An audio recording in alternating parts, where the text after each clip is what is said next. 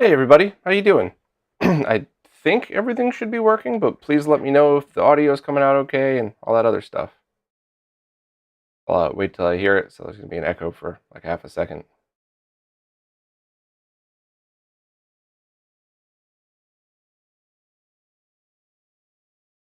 Hey everybody. Okay, I think I'm good. Hey Pask, Koi Fish, how y'all doing? I am here with Digital Lumberjack of the Recalbox team here, and I'm going to be testing this adapter out. I'm going to be doing a couple of things with it, but I started to do a few things behind the scenes first because I kind of had a suspicion that with my near vision going, this was going to be not the easiest installation, and I was right. So I'll throw up some videos real quick and just show you all how this thing comes together. Then we're going to do a software update and kind of go from here. But yeah, the past couple of years, my nearsighted vision is just shot. So I have 3 pairs of glasses that I carry around here, like the good one that's calibrated to the distance of the monitor, and then standard like cheater reading glasses, and then ones that are basically like magnifying glasses for my eyes, and those are what I needed to do to assemble this.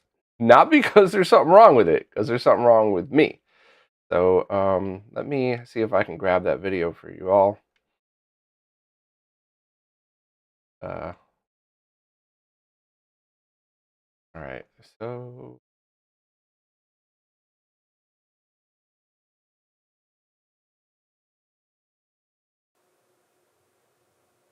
okay, so it's probably not going to help that this was a 4K video. All right, where am I? Uh-oh, I messed that up.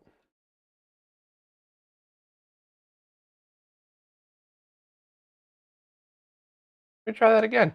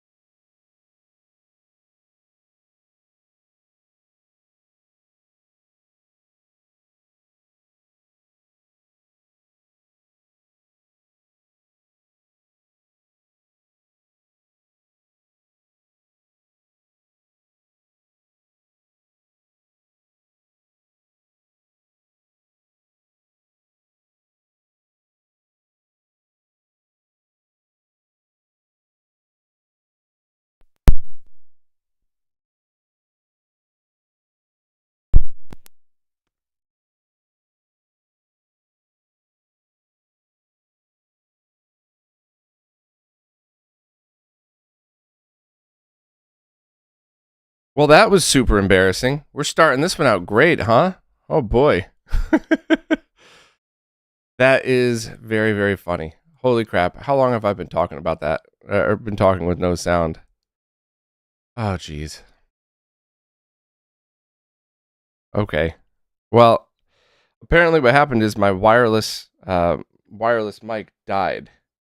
And I had just charged it the other day, so I must have left it on overnight, or I must have hit the button. That is very funny. Oh boy. Okay, so I guess I'm just gonna have to start this over. I'm so sorry, everybody. I know my streams are often a disaster, but this one was kind of shocking that it happened like this. I'm gonna plug this in to charge, and I will find another way to do this. One kind of crappy thing is the Rode Wireless Go 2. You can't charge it and use it at the same time, or it emits a pretty bad hum. At least in my house with the probably terrible wiring here. So, all right, well, let's see what we could do. I'm going to just move this over and hold on one second.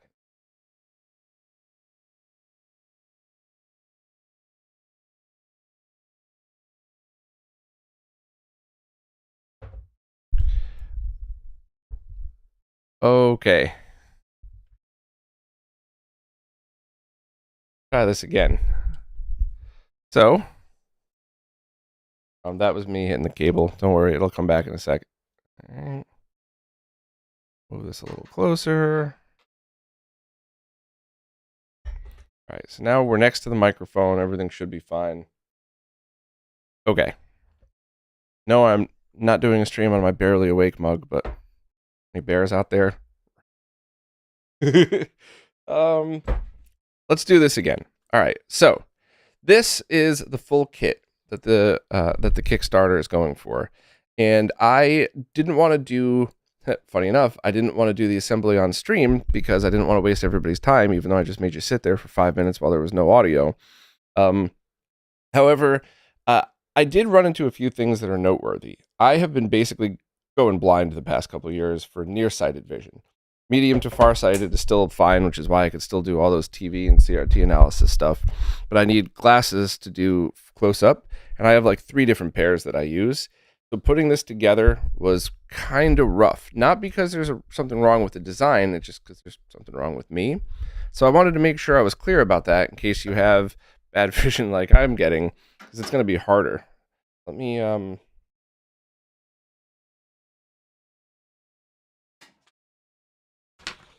So the way this goes together is you have to place everything in one by one, and then you take these little the nuts that you probably can't see there, and you place them in the sides, like right. Probably see them here, and you can see them here, and you need to use some kind of tweezers.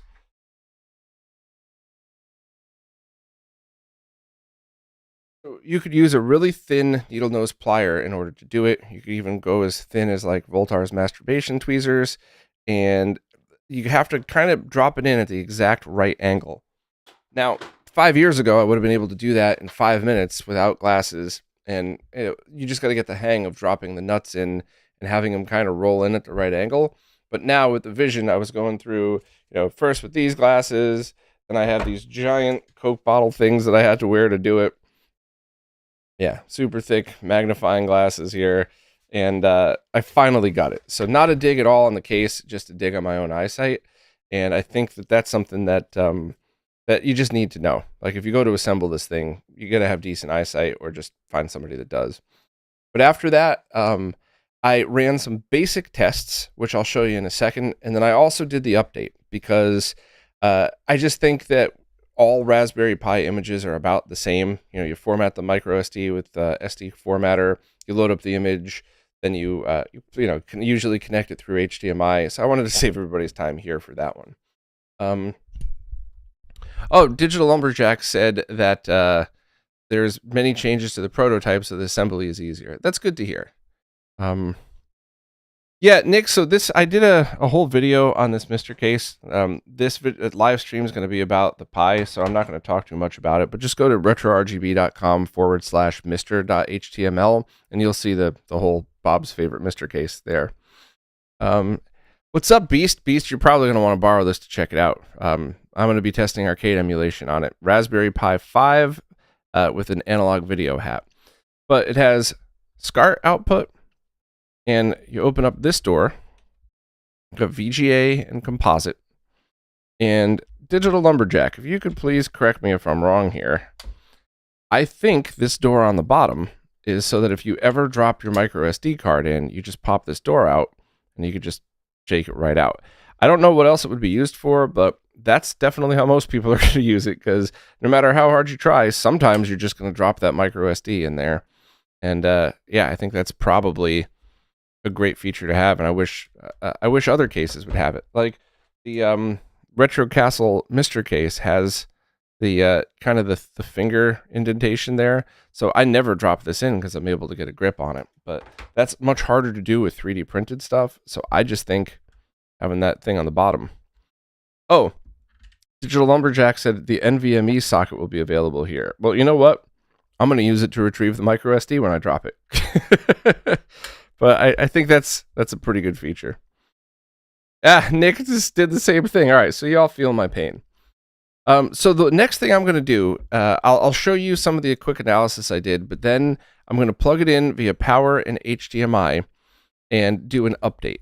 And that should enable the composite video support. Now, correct me if I'm wrong, Digital Lumberjack, but I don't think dual HDMI and SCART output is possible, and I don't think it's actually possible on any Raspberry Pi configuration. But what I do like is in the menu, you could set it so that when it detects the HDMI on boot, it disables analog video, which is super handy because let's just say you're messing around with some settings when you accidentally set it to 480p, but you don't have a 480p monitor. You just have standard 15 kilohertz SCART. So what are you going to do? You're going to take the micro SD out, try to figure out how to manually configure it? No, you just plug your HDMI cable in, go back into the menu, and reset it that way. So, yeah, so I think that's basically it for the overview. I couldn't get those videos working, which stinks. Let's see what else we got here. I am going to throw up some scope plots. And I'm also going to do this so I could move the camera back without making everybody really dizzy. The first thing that you definitely need to note is sync. So if you look up where it says BY minus AY, the second from the bottom, that says 282.0 millivolts, which is excellent. That means this is totally safe to use with any SCART equipment, which is, you know, that's the first thing I tested, because if it's not safe to plug into my machines, I wasn't going to stream with it. But nope, perfectly safe.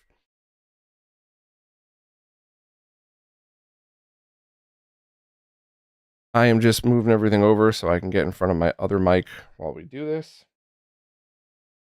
Give the wireless mic a little bit to charge. And I'm just going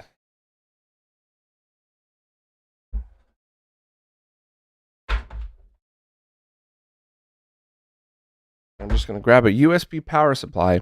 And the only other thing to note is Raspberry Pi 5s require decent USB power supplies. It's nothing to do with this. It's all about making sure that there's enough power to the Pi itself. By the way, here is blue. You can see 652 millivolts. So a tiny bit on the dimmer side. However, like we always teach people, it's far better to be a bit too dim than a bit too bright, because you just turn up your brightness on your monitor. Whereas if it was too bright, you actually have stuff washing out. That's green. It's basically the exact same voltage.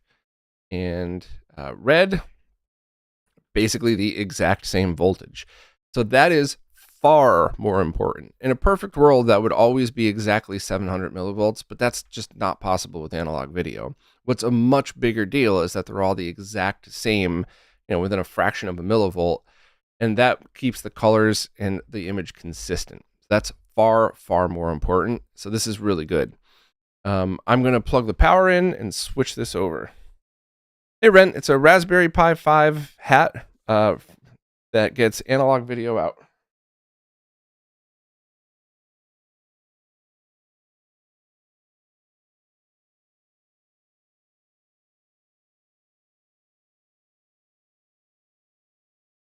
You know what? I'm going to try powering it from that USB 3.2 hub that I just did a review on and see what happens.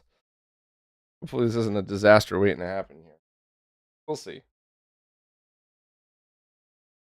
All right, so I'm going to switch back over to the capture card, which should show nothing at the moment. Power the sucker on.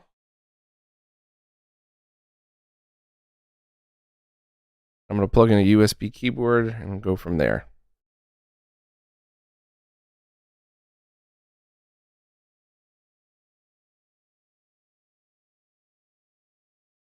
So the great John Zini already has some experience with the original RGB dual. Awesome.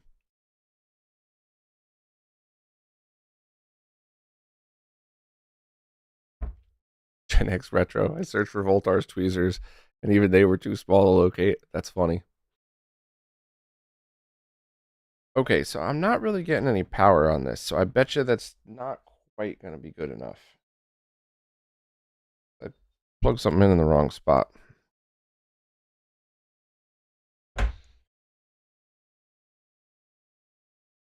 I'm still here, everybody. It's just output. All right, so I'm going to grab a dedicated power supply. Would the Recalbox work for booting Plex? Now, that's something that I would definitely like Digital Lumberjack to talk a little bit about, because the 480i capabilities of this I hope to get into on this stream, because I'm also very interested in that. Because while it's exciting for arcade stuff, because getting one of these is definitely easier and cheaper than getting an arcade, all original arcade boards, I also would totally use it for watching movies and stuff. So let me plug this sucker in. Try that again.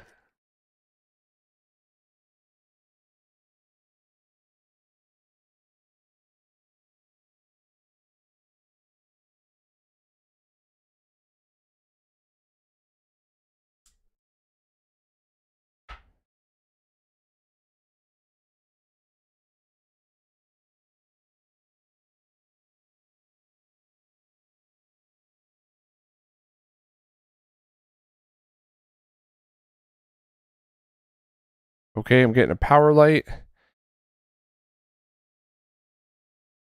Let's see if this boots to RGB or to HDMI. Yep, all right, we got something already.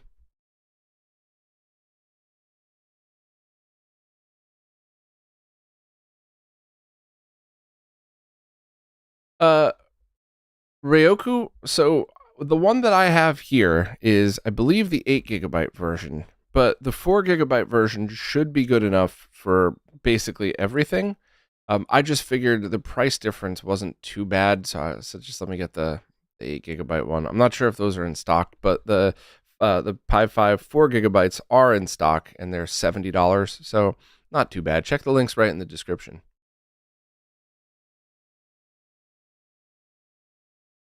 Okay. All right, so we're gonna. Oh, I need a network. Ha.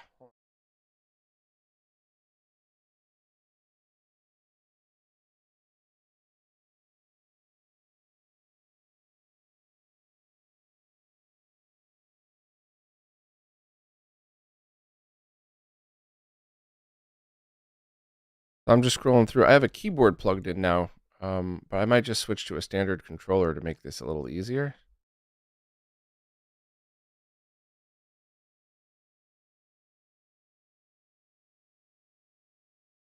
Okay, here we go. Update available. Update now.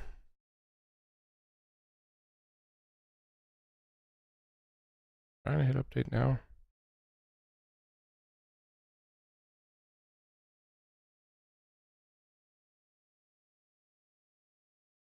Okay.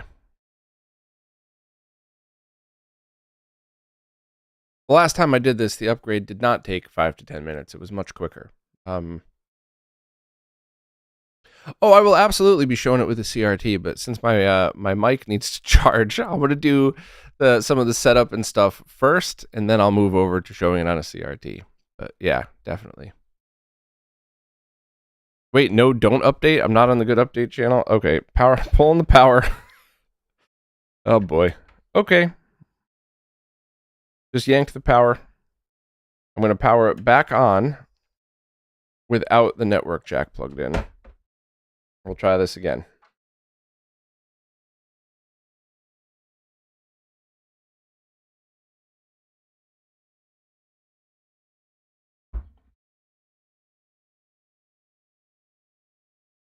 Oh, okay. Well, we'll see if I mess this up. Worst comes to worst, I could just do it manually, and I could show that on stream too. So, while the mistakes are embarrassing, they're often very helpful.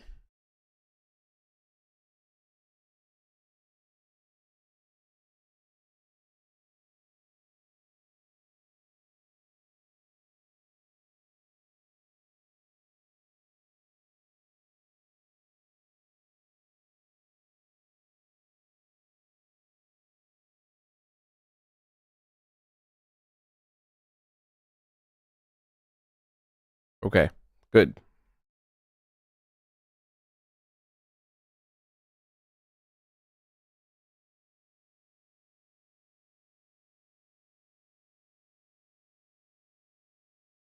Interesting that I'm using a keyboard and it's not really working well.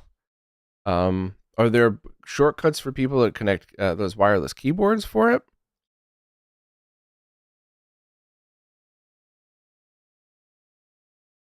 I did not pre-order Switch 2. It was past my bedtime because I'm an old man now, and it looks like most people didn't get one anyway. Yeah, Fink, this one is meant to work with the Pi 5. I'm not sure if the other one is. And also, it's got composite video output as well as VGA and SCART. Okay, so let me switch this over to a gamepad then.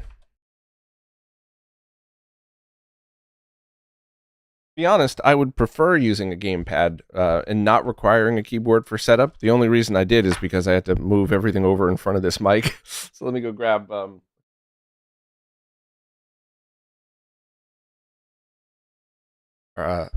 actually going to use the Octopus Fight Stick because that's exactly what I was going to use to test this thing anyway. Get a USB cable.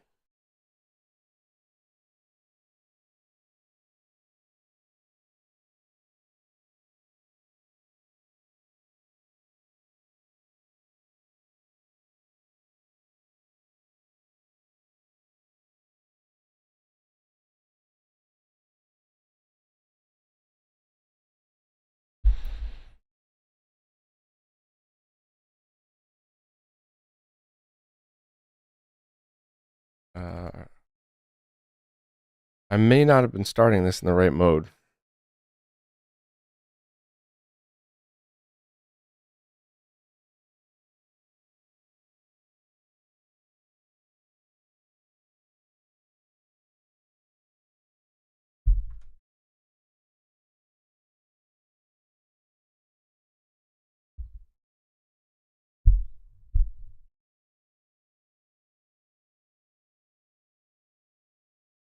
All right.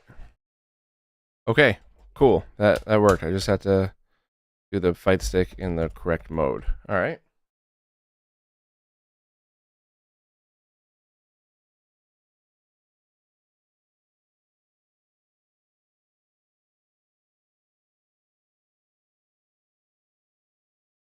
I'm just trying to hit buttons until until something comes up.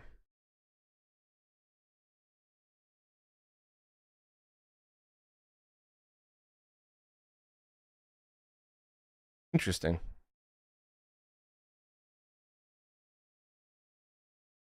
Oh, James, I'm glad you like it. Yeah, I've liked it as well.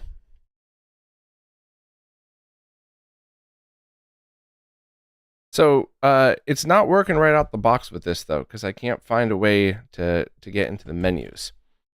So hopefully the team might consider adding out-of-the-box support for this, but it should just be acting like an Xbox 360 controller. So I don't know what the issue is, but I'm gonna go grab a different controller.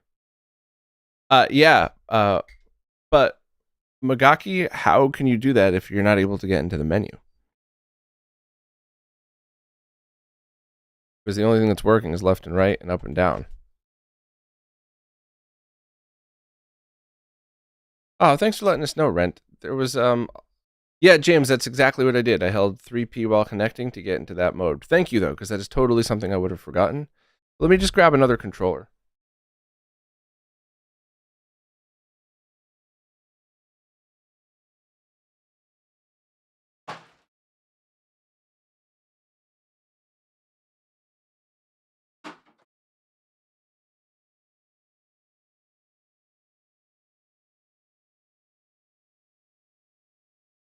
No, start does not go to the menu for that. Let me try without rebooting. I'm going to unplug the Octopus Fight Stick. I'm going to plug in the RetroBit Big 6 controller. And start goes right into the menu. Okay. I'm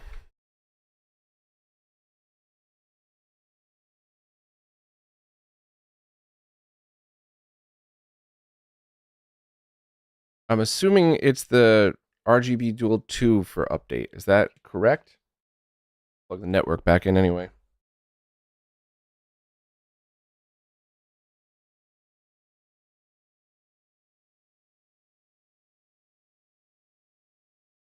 Mikhail, that's a great question. Can the VGA port be used to output YPBPR component video?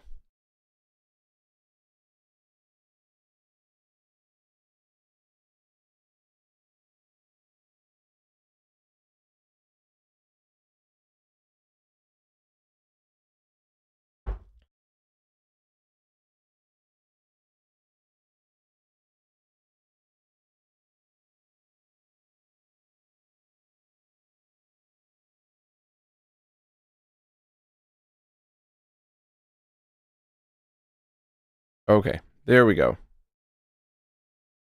Okay, so component video is not supported on this one. Gotcha.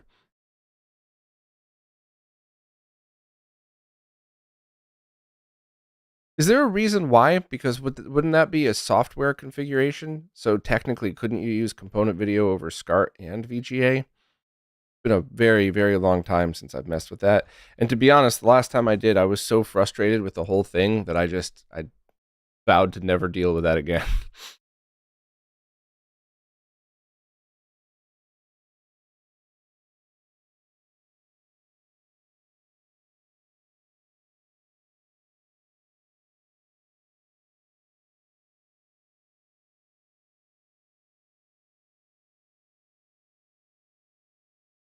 Yeah, so this is exactly what I was seeing the last time I did an upgrade. It did not take 5 to 10 minutes. It was much faster. But I think it's always good to set people's expectations properly just in case. You don't want to say it'll take 30 seconds and then a minute and a half goes by and somebody thinks it's broken.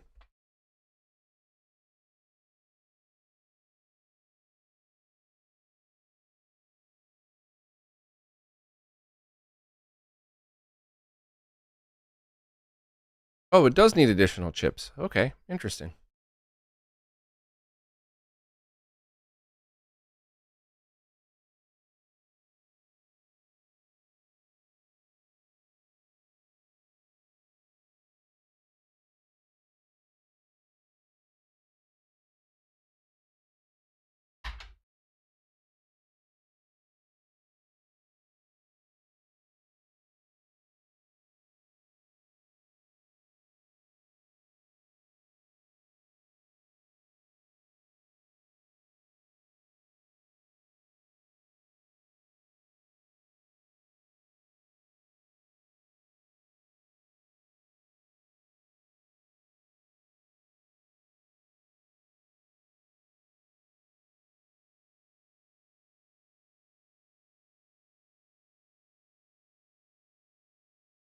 All right, it's I'm still here. It's just you're seeing no signal because it's doing the update and rebooting.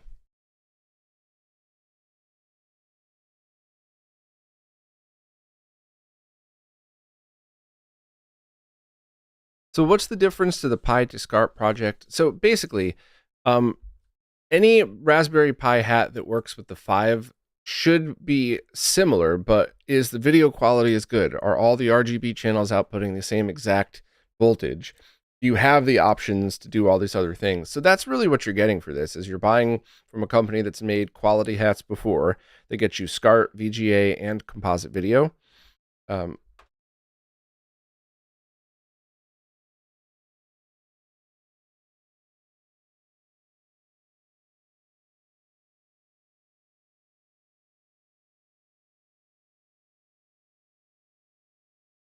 Yeah, you could definitely use any kind of conversion. SCART to component, VGA to component, whatever.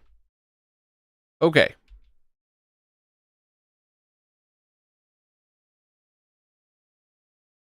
So now let's go into the menu.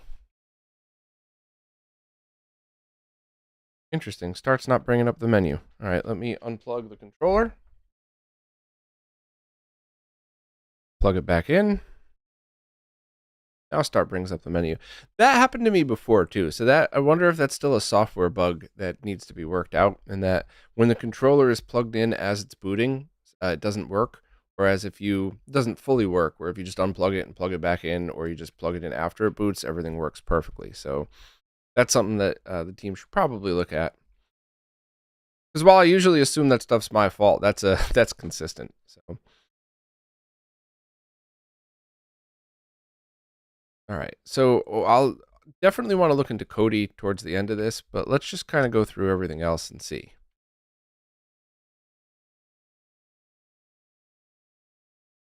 Controller settings. Okay, menu resolution, screen type, that's really important. So now you could select which one you want. Screen type, oh.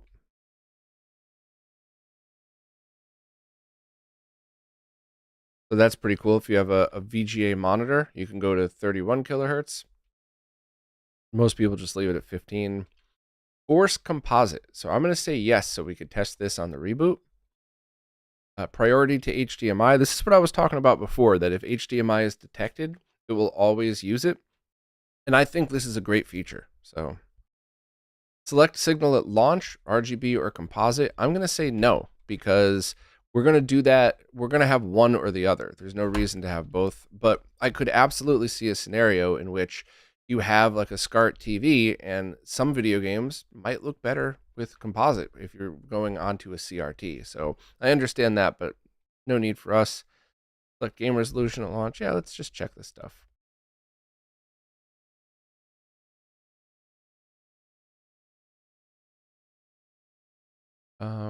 Forced composite dip switch. I don't think we need this if we have forced composite on, but Digital Lumberjack, if you want to confirm.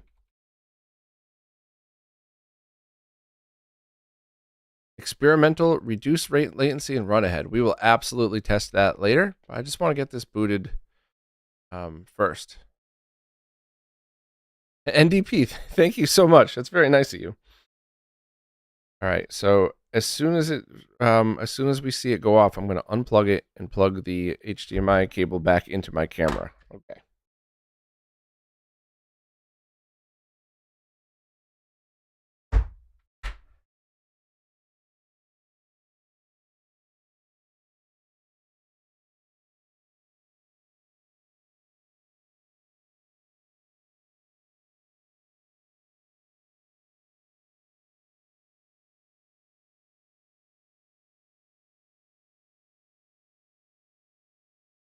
All right, and I'm also going to check to see if the wireless mic is charged enough. So hold on 1 second.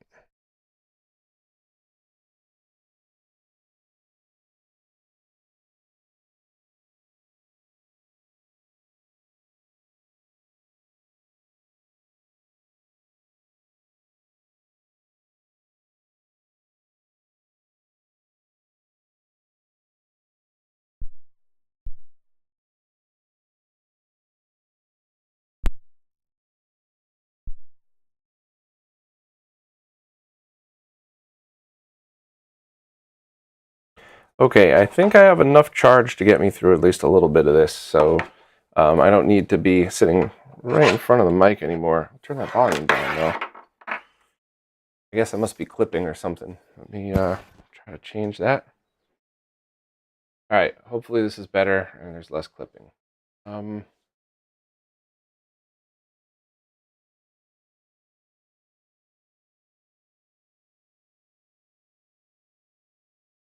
Jesper, would I say this is a good alternative to using a mister? I mean, are the games that you want to play available on the mister? Because for me, Raspberry Pi, and this is just my opinion, you're all, feel free to kind of have your own opinions on this, but for me, Raspberry Pis are for whatever games, arcade games that aren't available on the Mister. But if you're on a budget, this might just be cheaper overall, and you get everything. So I could absolutely see a scenario in where people buy this to start, and then eventually get a Mister to move on to the FPGA supported stuff. But it's totally up to you, and there isn't really a wrong solution here. Especially now that the Raspberry Pi 5 is getting much more powerful. So it's able to emulate a lot of these consoles a heck of a lot better than before. I remember when I started Raspberry Pi gaming, I think it was the Pi 2 or something. And it was, I mean, it worked. That's about all I'd say. All right, so we are going to pop the lid, plug in composite video.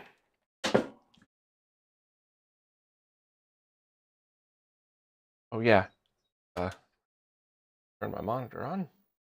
Funny, I left this thing on for like 2 days the other day by accident because I just forgot to turn it off and I didn't even notice it.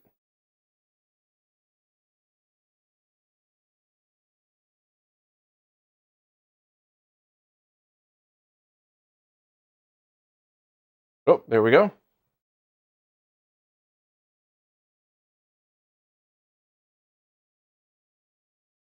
All right, so I'm going to try plugging the Octopus Fight Stick in one more time. And actually, yeah, hold on. I have the other controller still plugged in, so let's see. Start is not working. All right, so that software bug is still there, but I mean, that's the easiest thing to work around, and I can't imagine the team won't be able to figure that out at some point, so I'm not worried at all. I didn't hold the button down on the fight stick because it should be in its last mode.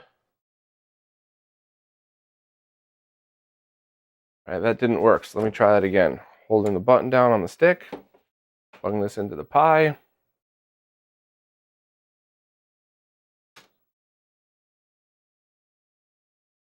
Oh, interesting.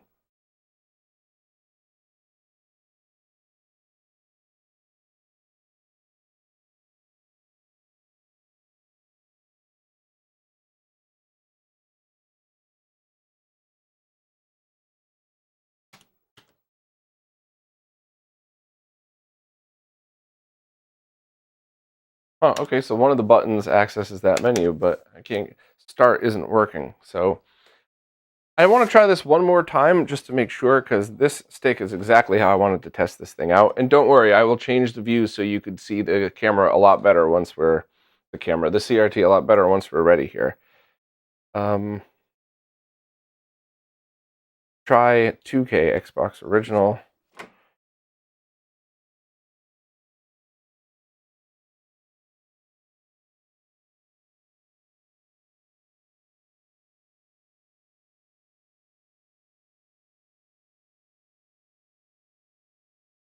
Interesting. It's just not working at all with the start button. So I wonder if I could plug in a different controller and configure it that way. Check the chat and see. Hey, Broke Studio, how you doing? Rohan, I actually haven't seen the Motorola video from MVG yet, but I want to watch it and then do a write-up on it because that chip is legendary.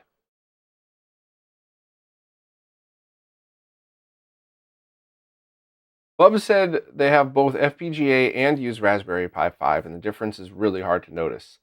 I think there's a lot of purism misconception about all this. Yeah, you weren't around a decade ago then, because let me tell you, a decade ago things were wildly different, and that's exactly why the stigma stays for Raspberry Pi, and it's deserved, right?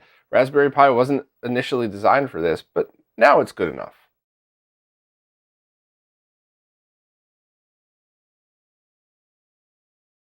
I don't really agree with that perspective, Bats, but I do understand about the no component part.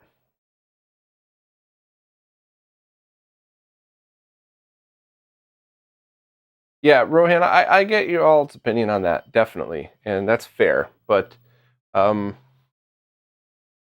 hopefully there's some kind of solution for this, especially with Arthremis' switch. Maybe there's going to be a...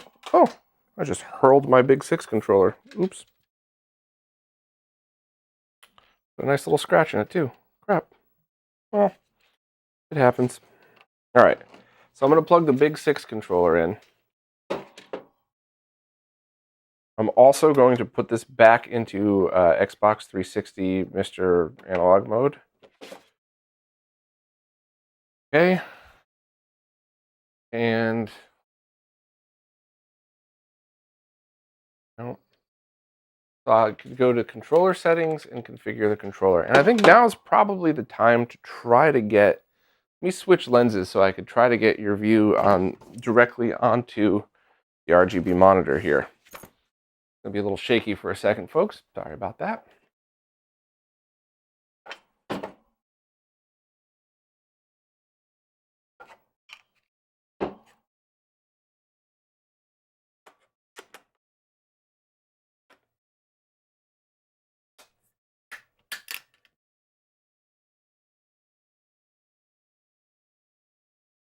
Okay, raise this sucker up.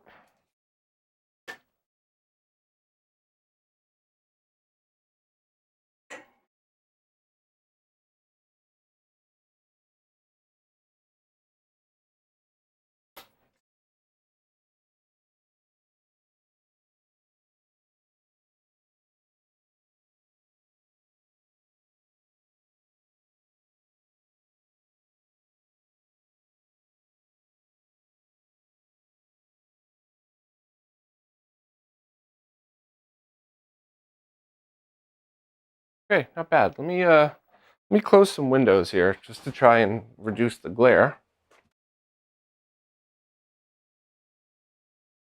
I think that's going to help a little bit.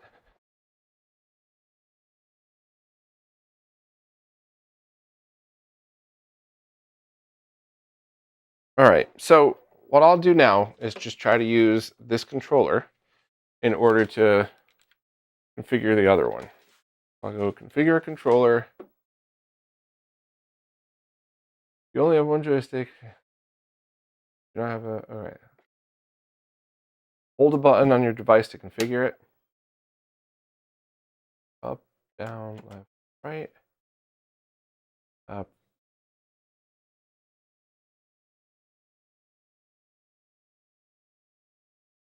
So I don't know how to skip that. Up, down to skip. Oh, it's right there in front of me. Okay. Let me cancel that and do it again because I did it wrong. All right, configure a controller.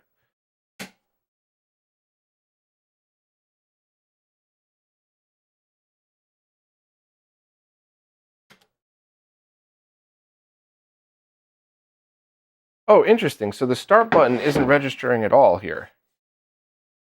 Huh, okay.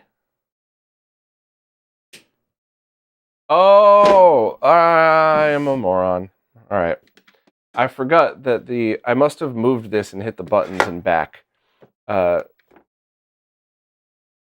try this again. I'm going to cancel out of here. I'm going to unplug both controllers. So with the Octopus Fight Stick, there's a button in back that locks out most of the buttons on top for to make sure that people can't use it to cheat. And that's all that problem was. When I moved the Fight Stick before, I must have grabbed it by the back and hit that button. Well, embarrassing, but whatever. Like I said, these mistakes often help people. But I'll just show you real quick. The buttons in back there, that one locks out the whole front. So, okay. So now we're running in composite video mode. And it's kind of hard to tell because this is a really nice mini RGB monitor. So, go up a little better. But this is actually just composite video. So any CRT could work with this right now. And I think it looks pretty darn good.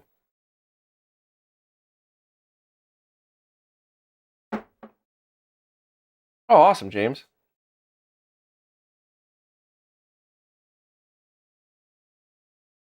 Jason has a Recalbox JAMA with a Pi 5 in one of their Astro City cabs, and it's great. They use it in the vertical cab for shmups that aren't yet supported by Mister. That's a perfect use case for it, if you ask me.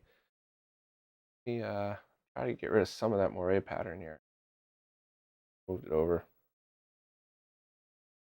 Yeah, you all see that little pattern? This is the bane of my existence when it comes to shooting CRTs on camera. So there's a bunch of these available.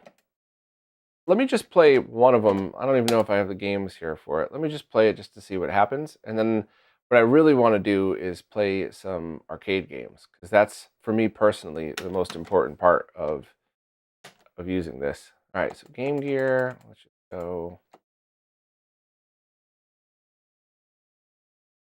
Battletoads. Sure, we'll just play a minute of this just to see. I'm also not quite sure how I would be able to route the audio, so I'll figure that out in a minute.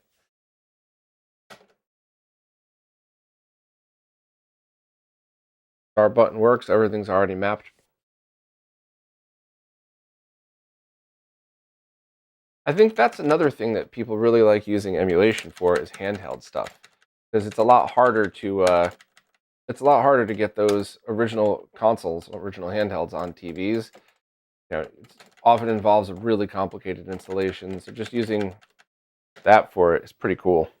All right, well, now is there a button command that can bring you back to the main menu? Probably should have read the manual a little bit before doing this, but you know, what fun is that? But I also wanted to go into the, let's see here.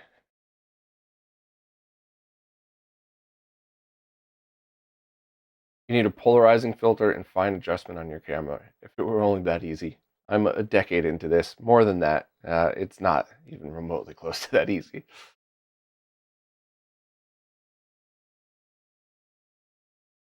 Yeah, so Jason, that line scrolling is syncing the exact refresh rate. So that would be, that's something I could do right here, but it's going to change per game. So we could try that when I get to a game I'm going to play for more than a couple of minutes. All right, so the supposedly start plus hotkey, which should be on select. No.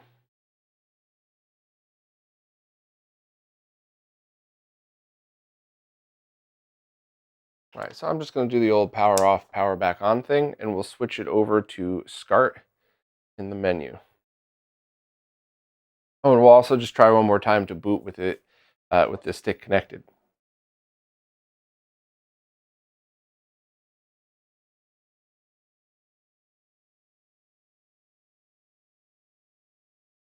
Okay.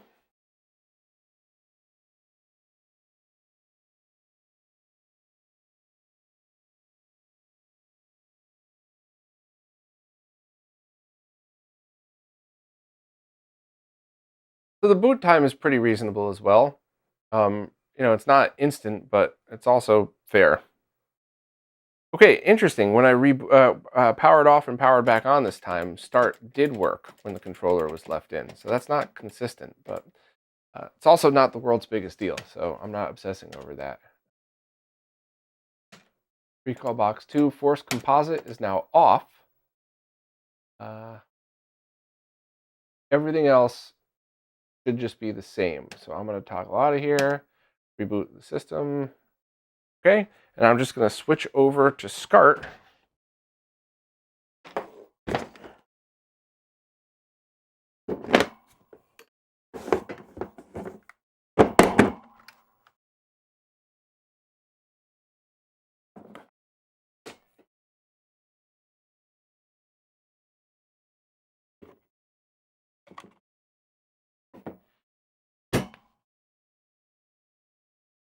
We'll give that a moment to boot. Oh, well, it's already here. Cool.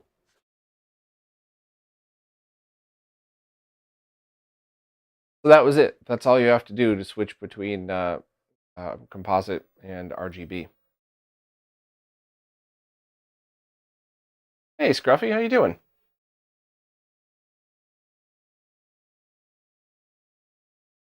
Do I know if it'll work with SCART switches like the G-SCART switch? They're currently on an RGB Pi and it doesn't want to work. Yeah, the RGB Pi is insanely uncompatible. I don't know why. I don't understand it. But we could absolutely try that. but that's going to require me to pull a bunch of stuff apart. So please remind me towards the end of the stream, and I definitely want to try it.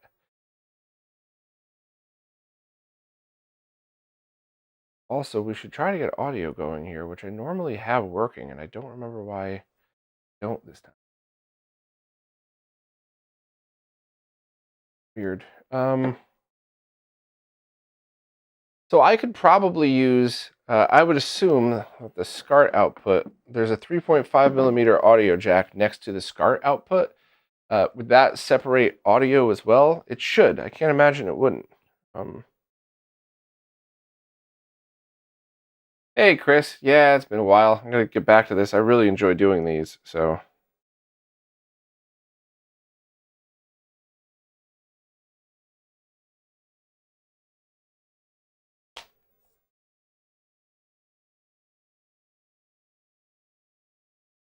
Yeah, my problem with that was the Discord server. I was asking questions, and people were patiently and nicely responding in the midst of a bunch of awful trolls.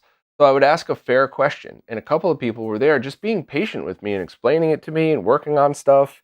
And then all of a sudden, you'd have 10 messages of that, but there'd be 15 between them of just total douches. I can't understand why the person who runs that project thinks that's okay. It's kind of always like that with them. So whatever. Just trying to find an audio cable here so we can at least get some sense. Now, of course, the audio is going to be coming through the speaker of this tiny 8-inch PVM. So I have realistic expectations, but you could still hear things that are off, even if the speaker quality is terrible. A great example is like bad Model Genesis 2s with their audio. It's very easy to listen to that and go, "Oh, that's terrible. That's not at all the right sounds." So that's kind of what we're going for here.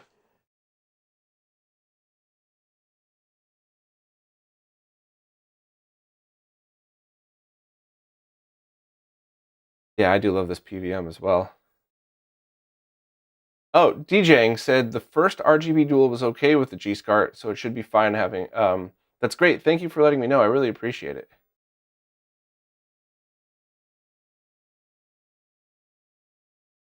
Yeah, Bub, the Choreo 2 isn't exactly for that. You could use it for downscaling.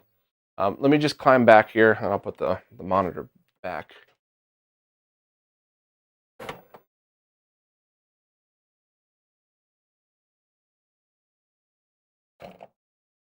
Okay. I have a Y cable connecting it. See what we got.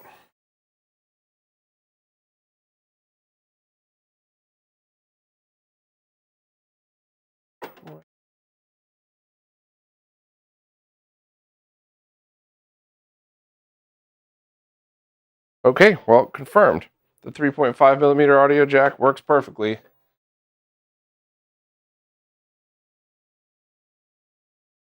Let's fire up.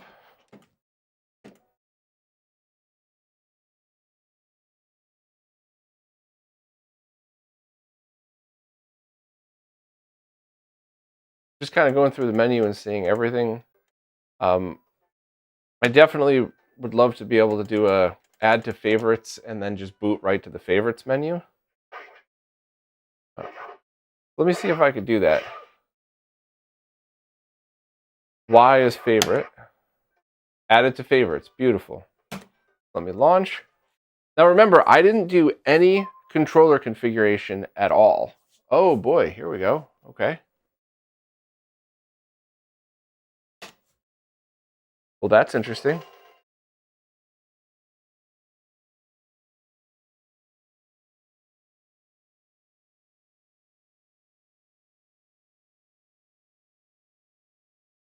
Well, I wasn't doing it last time. Let me try a different Mortal Kombat version. And also, I guess I should have reset the hotkey as well when I booted. I'll work on that as well.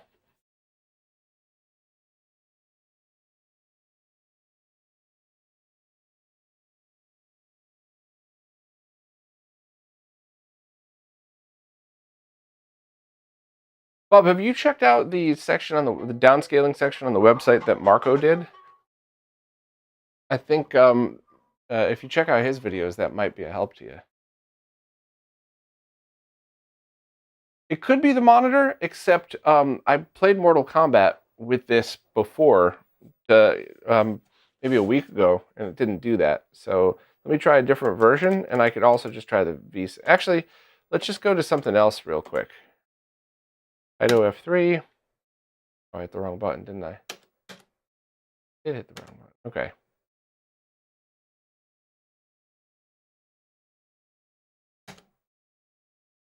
See what happens here.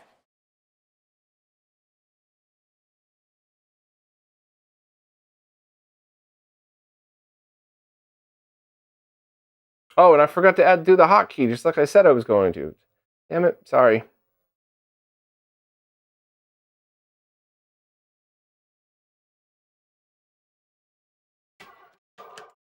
All right, so that's working perfectly.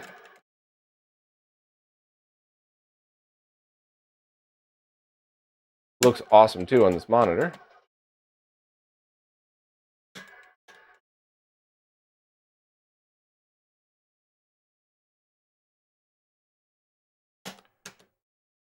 So holding down start and select brought that menu up, but that was the in-game menu. So I guess I got to reboot again.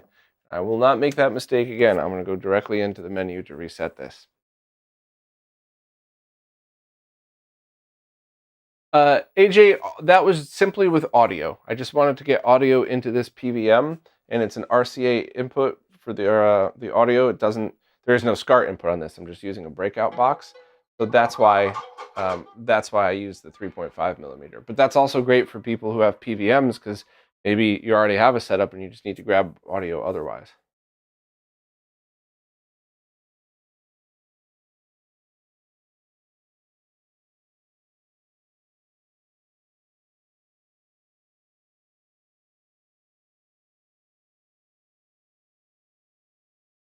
Elgo, what cables are you using? Are you using those cables in other solutions and not getting interference? Because that's absolutely something I run into all the time. Controller setting.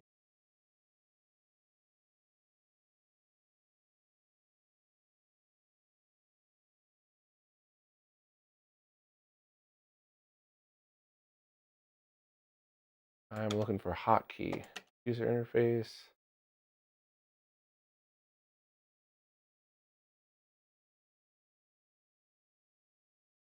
In-game setting. Rewind off.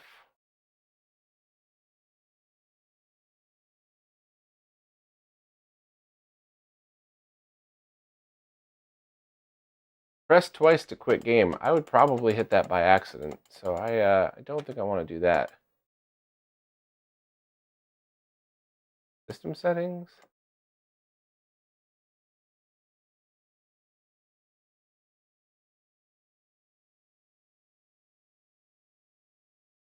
All right, so where would the hotkey be? I'm going to keep looking here. I would have assumed it was either in the main controller settings.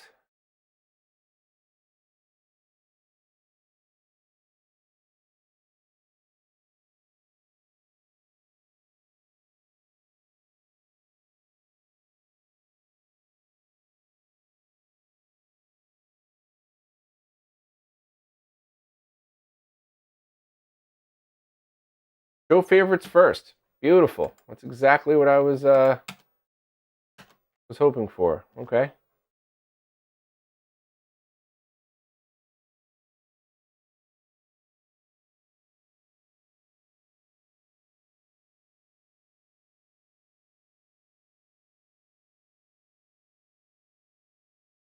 Let me check the chat and see.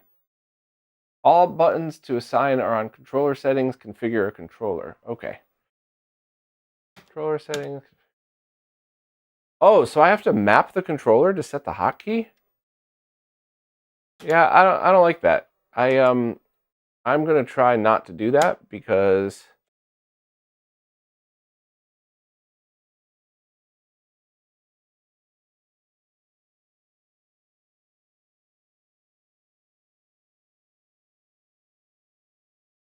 Yeah, I don't want to do that at all. I'm turning this off. So one of the things that's always driven me crazy about Raspberry Pi solutions is how much of a nightmare mapping the controllers can often be.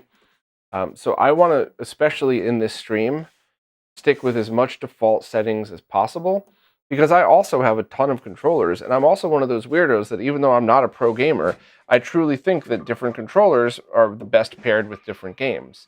So it's very likely that every time I use this thing, I'm using a different controller, unless I have a dedicated arcade setup. So let me go back into that menu, and let me double check some of those, and the double tap to exit game is what I'll try next. Yeah, very first thing to do is to configure the controller, even if it seems to work. Yeah, I've never had to do that on the Mister. So, you know, when you get your custom setups, sure, but that was always one of the lacking things on Raspberry Pi based setups. So let's just try this again. Controller settings, auto pair on boot.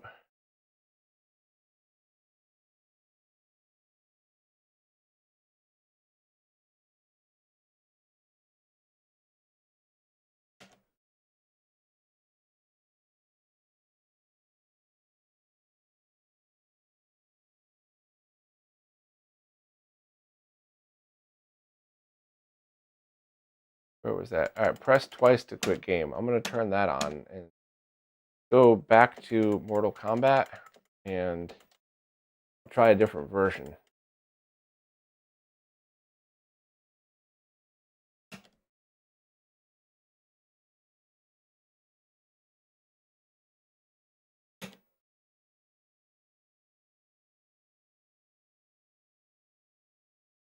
All right, let me try the V-hold and back for this as well. Sorry for the shaky cam, everybody.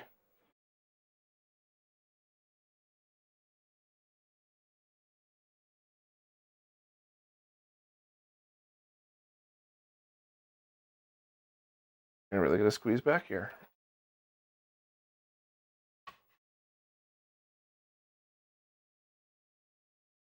Okay. Odd that it worked the other day, but I don't think anybody minds a quick twist of a knob to get their stuff working again.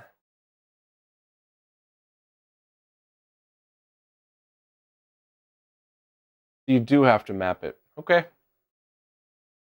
Well, let's still give a round of MK and go from there. Turn the volume up.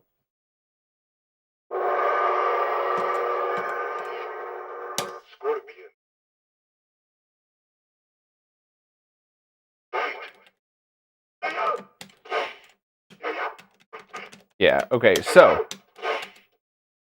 the holding start and select brings up the arcade test menu. So how in a game would you map the controller? Because this is always my complaint with every single Raspberry Pi based solution that is based off of something else. That is without a doubt the biggest complaint. So I'll restart again. I'll do the whole map the controller thing just for the heck of it, but I definitely would like to know how to switch that in game, because that is huge for me, especially with games like MK that you really want to get right.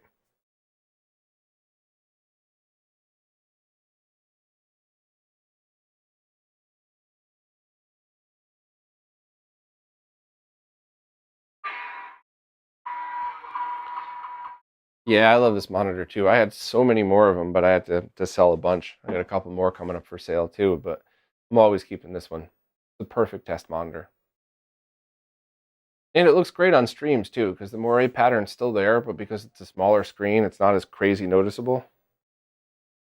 All right, controller settings, configure a controller. Up, down, right. Yep. P, Y, select. Hotkey. Can I do 2 at the same time with this? See if I could do the home button.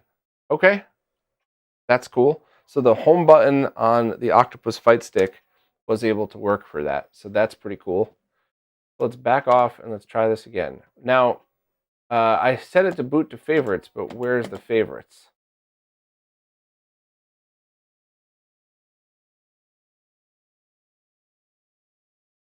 Let's go back in there and try that as well.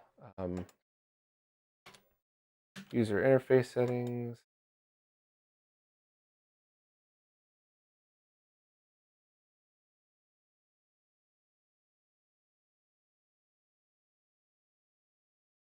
Show favorites first.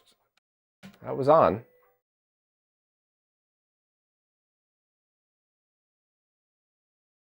Adding, interesting. So is there a way to get it to boot to favorites?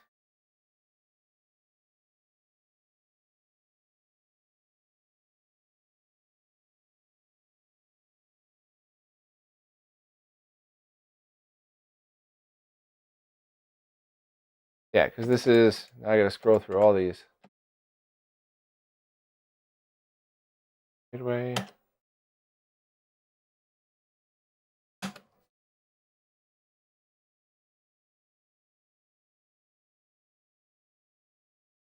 They're working on mappings by system and by games, but it's not easy right now. You have to remap in RetroArch. Yeah, I can't stand RetroArch, and the menus, everything about it, this is always such a turnoff to me because of little things like this.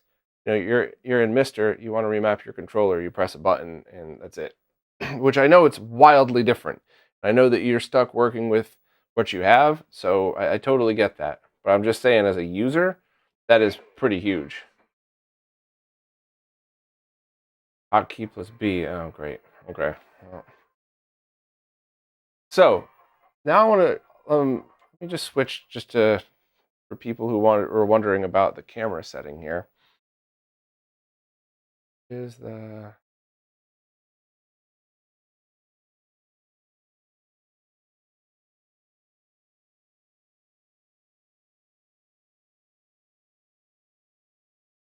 yeah, so you can't, interestingly enough, you can't go below 60 with the shutter speed. So for people who were talking about the GH5 before, you can go higher, but you can't go lower.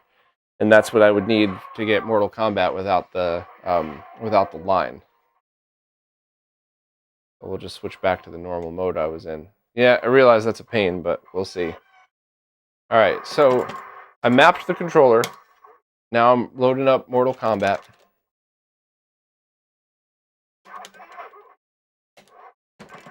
Okay, so far so good with the punch mapping. The kicks are not mapping how I would like them, but they're mapping completely fine. Zero complaints about that. Because I like to have the block buttons in the middle, so I have that wide feel, which, by the way, no pro gamer would ever want it that way. So as far as defaults goes, this is the right move.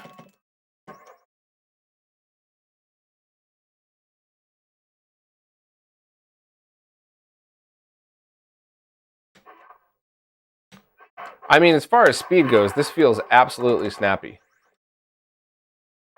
I'm sure MK purists probably hear a tiny bit of difference in the audio because the software emulation for the audio has never been perfect on this game. But in this very quick test, there's nothing that's just standing out as wrong. Let me try that hotkey now. Let me hit the hotkey. Start plus hotkey. Press again to quit. Okay. So let's go in.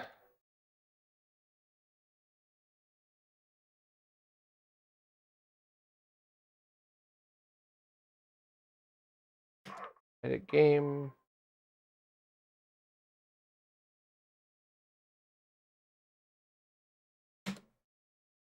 Add it to favorites.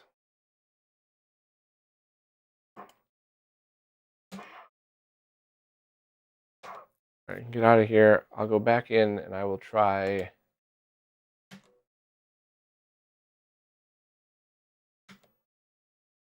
We put on run ahead and reduce latency and see what happens for this game.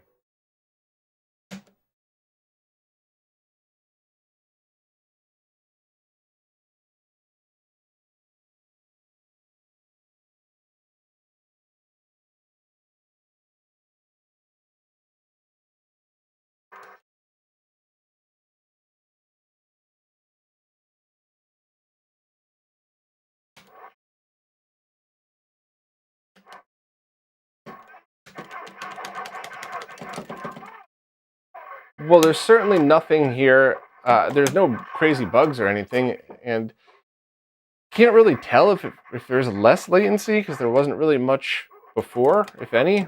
But I mean, if this isn't a sign that the Pi 5 is doing great with emulation, I was able to run both run ahead and reduce latency modes, and this is running totally fine.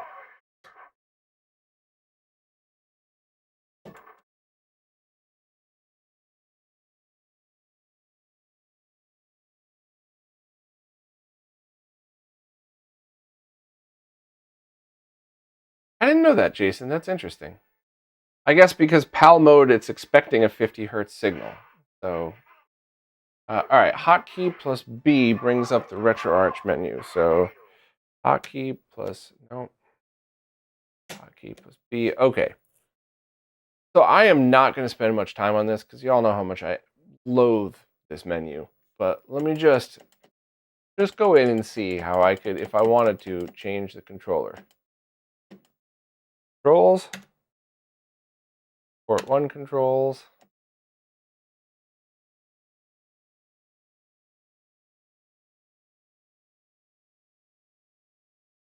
A button. Want block.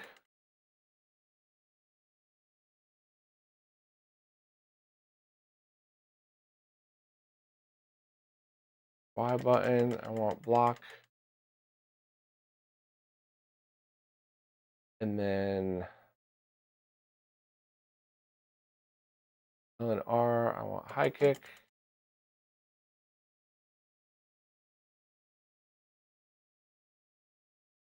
Low kick.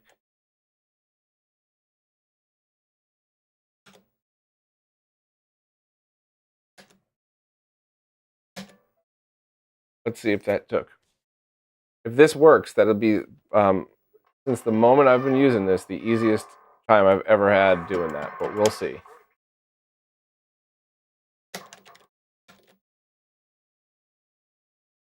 Nope, it didn't save. So this is what I'm talking about. We thought it was easy. All right, so let me try this again.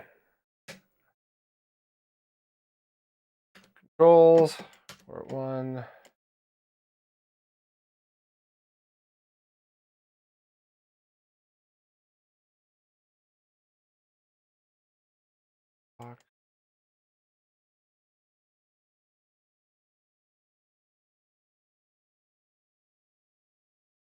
Kick.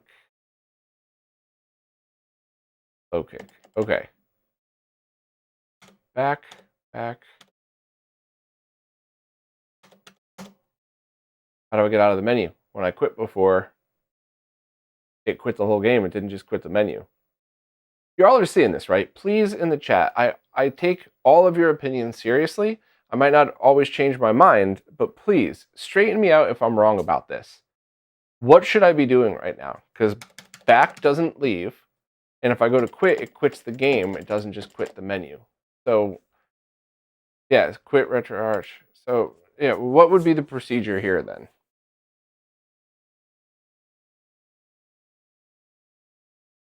You must save the configuration. Okay, where?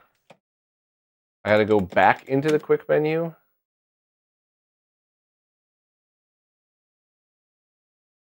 Resume? Okay.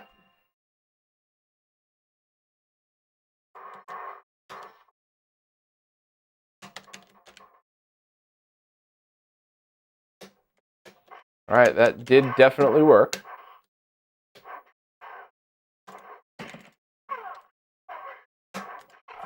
All right, so that part did work. But trying to figure out how to just get out of that menu is the least intuitive thing, which is not the fault of Recalbox at all. I'm just saying.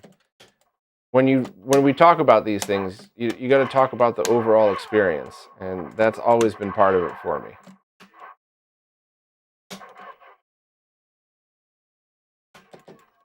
Oh, don't know what I missed there.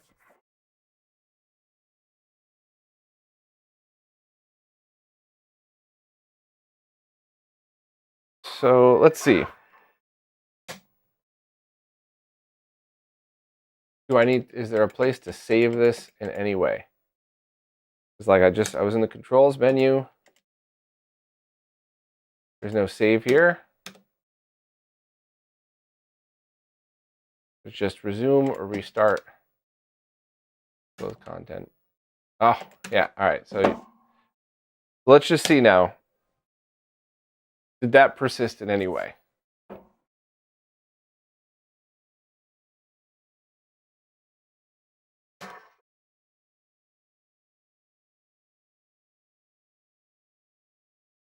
Nope.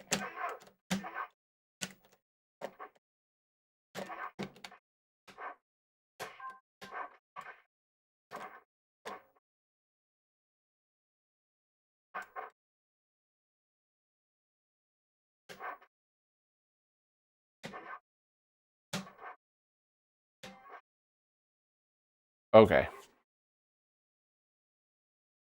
Controls, manage, remap files, and save for this game. Holy crap. Okay.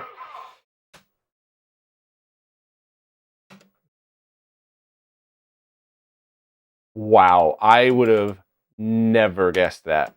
Never. Okay. Let's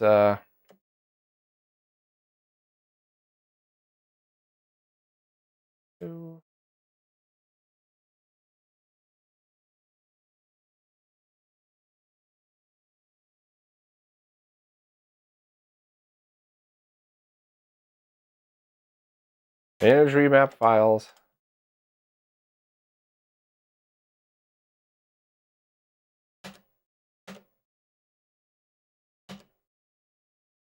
Save game remap file. I think that was it. All right, let's load it up again and see what happens.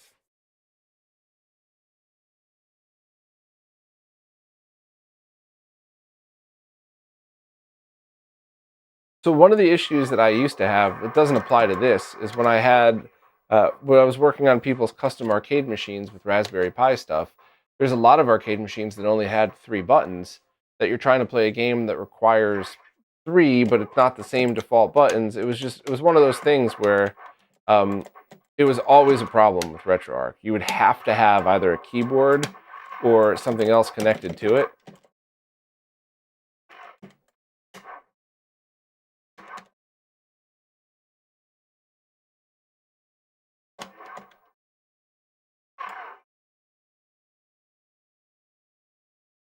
I'll switch games in a second. I just kind of wanted to see, if you remember how to do it, fine. But that's definitely interesting.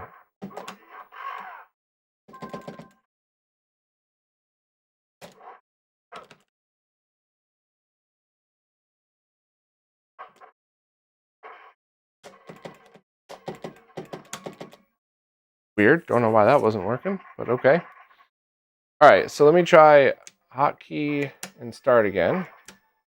Oh, I'm hitting the wrong button here. And I can go to close content or quit. All right, interesting. Let's see what else to test on this thing then. Hey, Felipe, how you doing? Have I tested both outputs at the same time? So HDMI and RGB are not going to be able to be outputted at the same time, but let me try composite. I don't think it's possible because you have to switch it in the menu, but maybe we'll get something. Nope, I think that has to be... now you can run composite video over SCART, but it would still have to be set to that in the menus.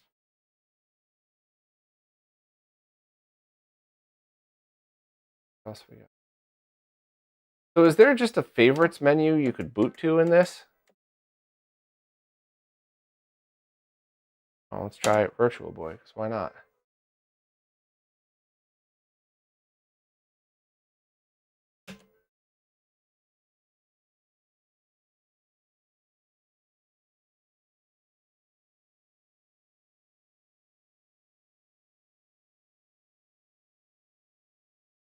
Yeah, that's kind of what I thought. Nothing wrong with that, though.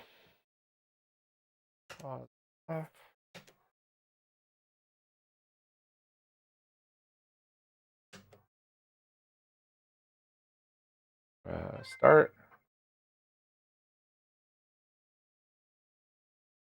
That's kind of funny.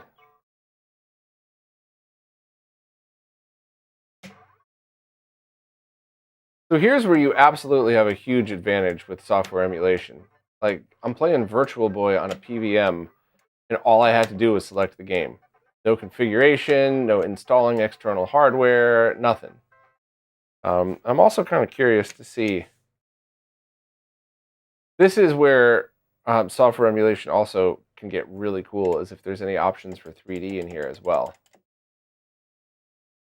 Shaders or...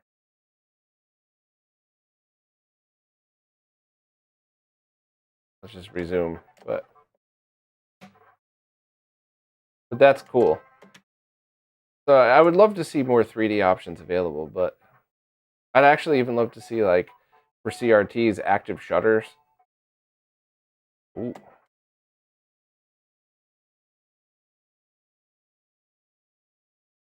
I bet you since it's only shades of red, it would be much more forgiving to have, like, Master System style active shutter glasses.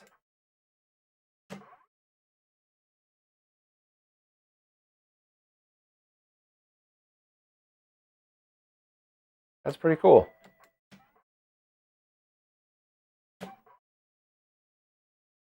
Yeah, all right.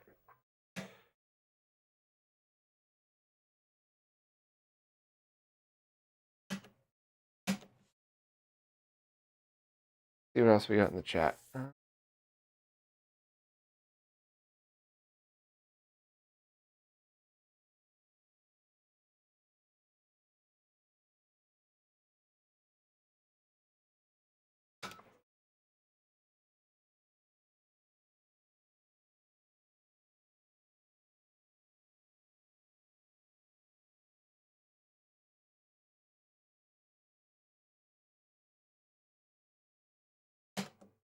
I'm terrible at VF, but let me just load it up anyway just to try some Saturn emulation.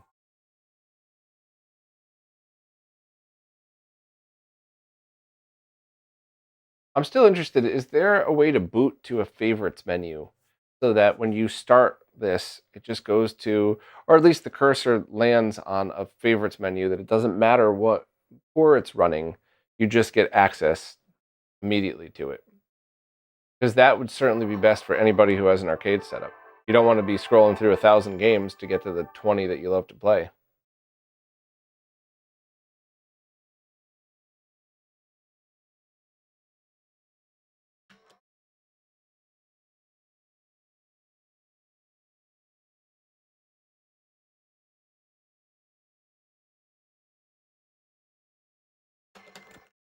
All right, the sound is pretty off. Once again, this has nothing to do with the Recalbox. I just kind of wanted to see the state of the...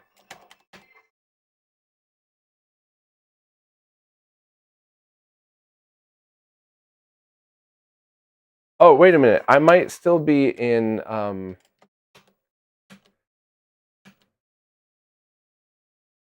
let me go back into the menu. Okay, I had run ahead and reduce latency both turned on. Let me try Saturn again and see if that fixes it.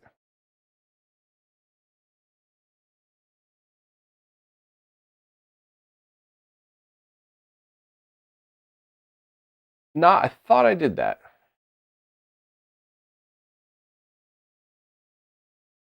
But I will gladly try again in a second.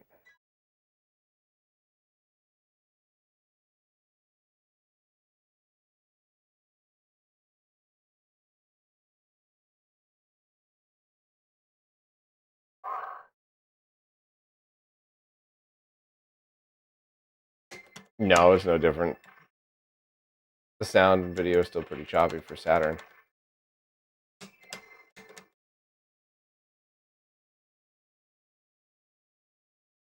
Also, only 2 of the buttons, only punch and kick, seem to be work. I thought there were more buttons for VF.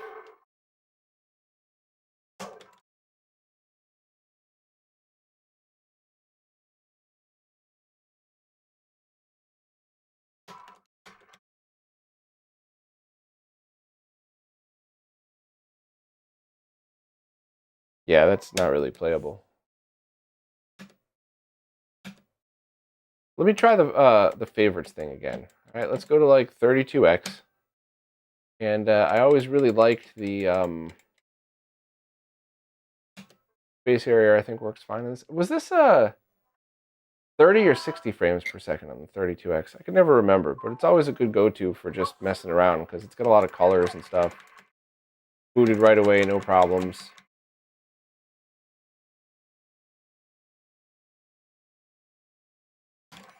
Right. Content. Quit. So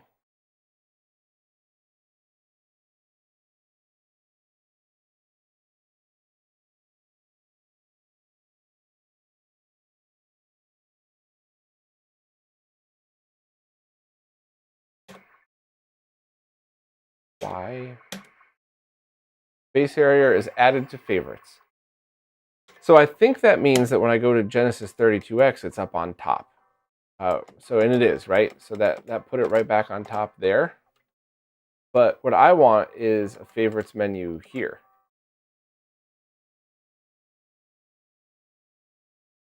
See what's under MAME as well. Okay. Oh, okay.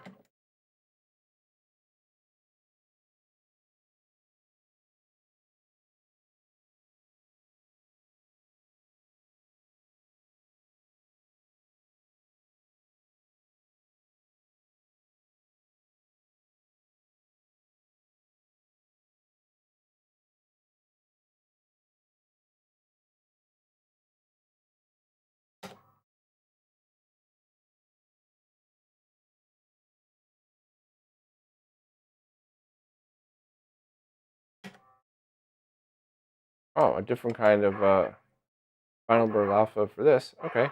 Well, let me add favorites for that as well. And launch it through FB alpha and see how it plays here.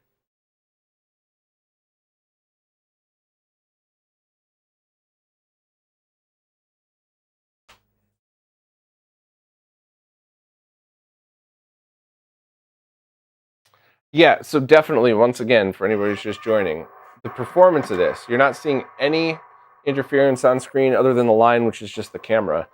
That's because I'm using a fully shielded SCART cable. If you get some AliExpress $2 SCART cable, it's going to look like crap because everything would look like crap. Interesting, the button mapping held. I wonder if it's RetroArch is this, or I wonder if just Final Burn maps it differently. But either way, let me reboot this. So I'm going to go close content, quit. So Y here is a demo.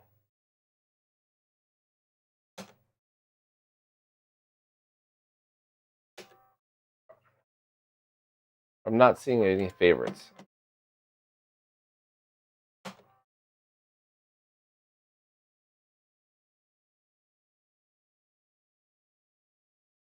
So I guess Digital Lumberjack, could you confirm, is there going to be a favorites menu right here? That when I power on the system, I could have all of my favorites right here, or is that just not possible at this time?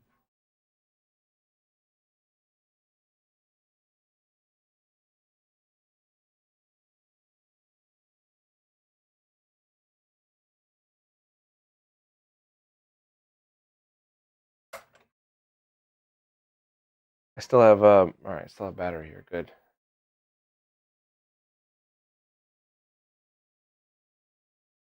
I definitely want to, yeah, it's the system on the left. Okay, I'll check. Oh, okay.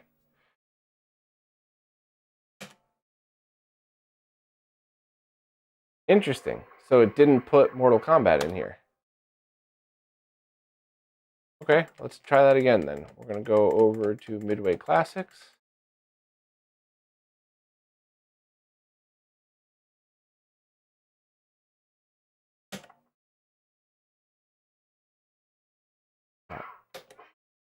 Added to favorites. I'm going to go back.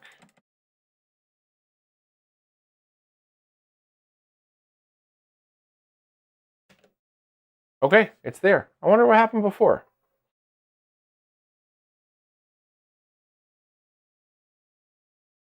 So let's reboot the whole system and see if I can get right to favorites. Restart, and then maybe we could test Kodi too, if you don't mind.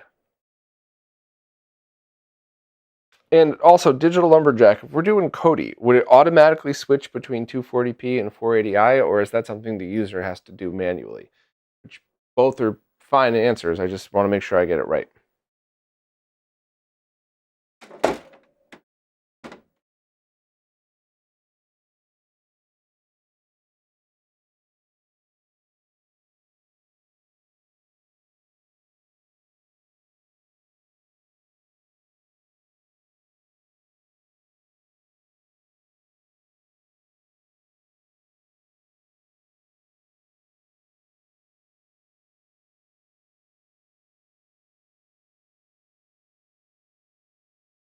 Beautiful. This is exactly what I hoped for. Go right in, immediately just jump in and start playing some MK.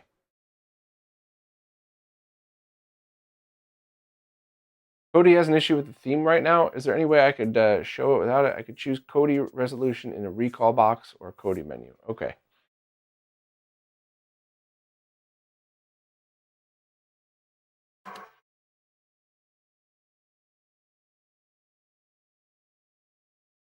Okay, so the blocks persisted. I mean, the button mappings persisted. It's saved to favorites. So while it's definitely a different learning curve than other platforms, it's totally doable. And as far as button remapping goes, that was the easiest I've seen it so far. So at least props to the RetroArch team for making it easier than the last time I tried it.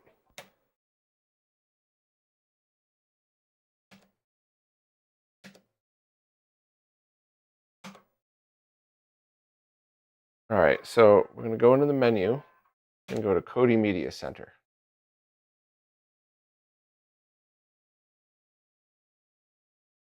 Would I like to enable Crunchyroll? Yeah, why not? It's free, so heck.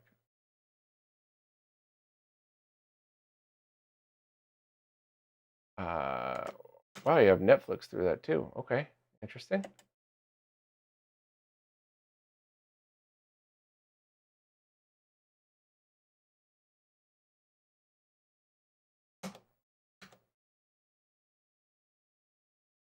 So first time setup, gotcha.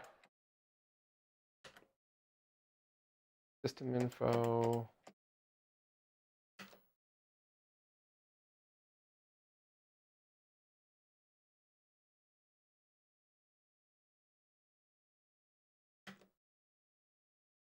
.640 by 480i. Yep.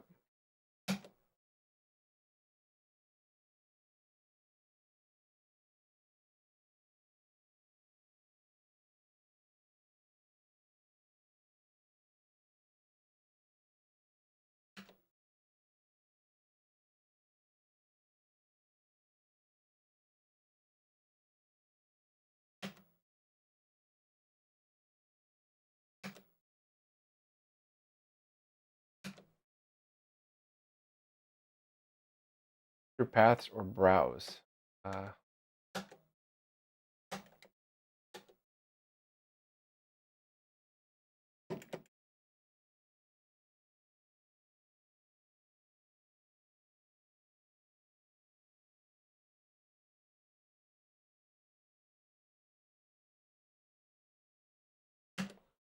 right, so you're probably gonna need the keyboard for this then, because I'm not able to actually just browse through network shares, which is fine. I'm not, add-on.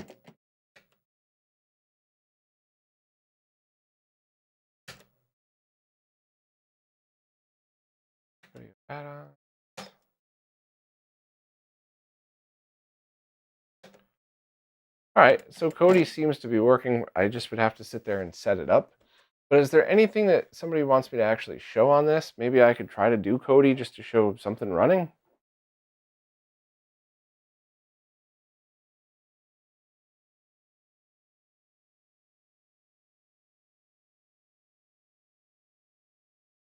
Which themes in Kodi? Okay.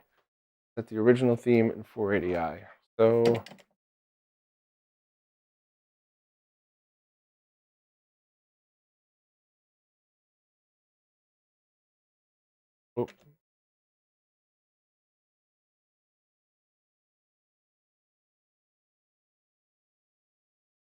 I cannot. You know this?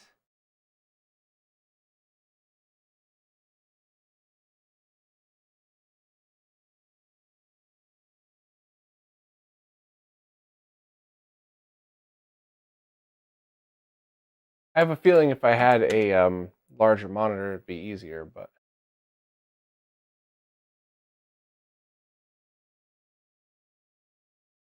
All right.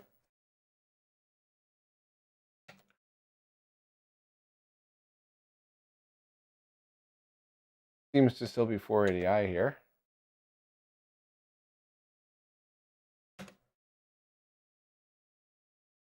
Files, videos. Let's try this again.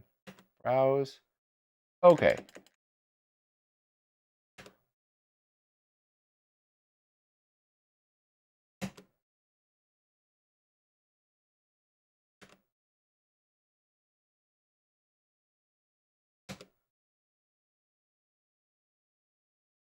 Oh, wow. Okay, everybody. Guess what you might need in order to browse a network share? I'm not sure. Not everybody here is an IT specialist, so let me just tell you. You need your network plugged in if you're looking to connect to the network. Moron. Sorry. Plug that in. Give that a second to connect. Boot time and get dedicated game mode and PS1 games. Sure, I'll try my best.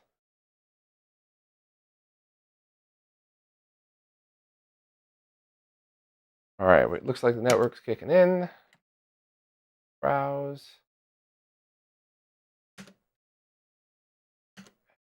Application.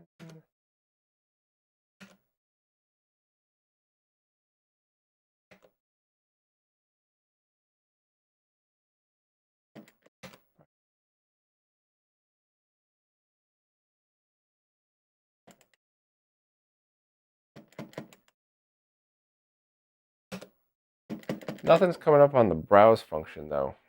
All right, so the first time it was my fault.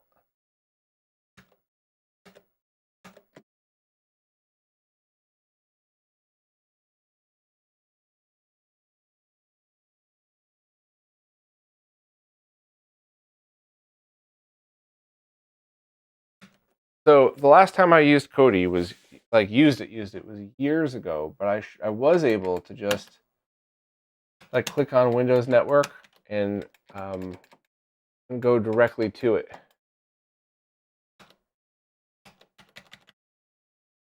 I guess let me check my network settings to make sure it's actually connecting.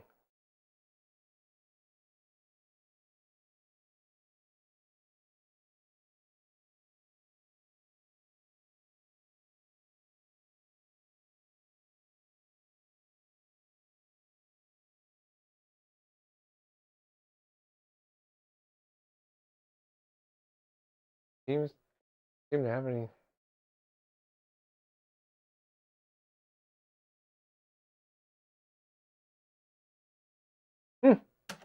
Okay, anybody have any suggestions on this one? Let me check the chat.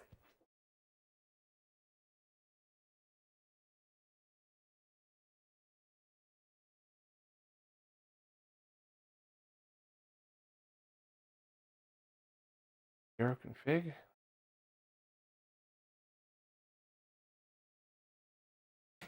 Videos, files, add videos.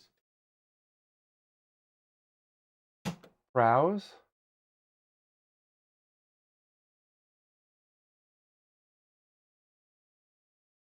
Windows SMB, when you click on it, nothing happens. And I always thought in the previous Kodi stuff, that's what you needed.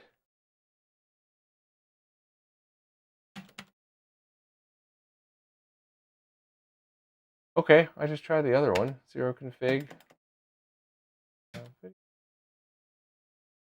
Okay. All right. Nothing wrong with that.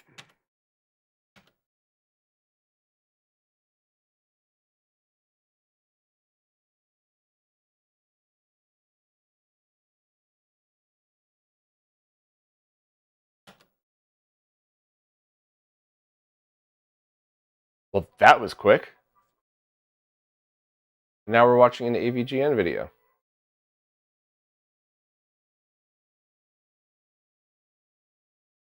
That's pretty cool. That is very cool.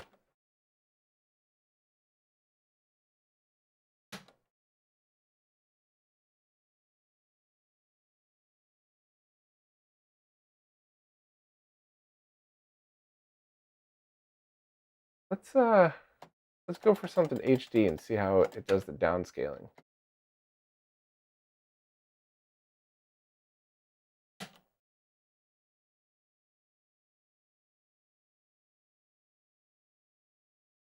That is fast, and that looks great.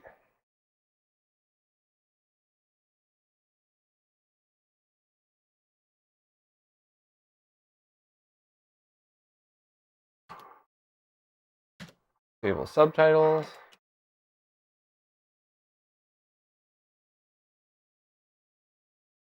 It automatically centers it in widescreen. That is really cool. Let's go back and try one that was probably 4:3.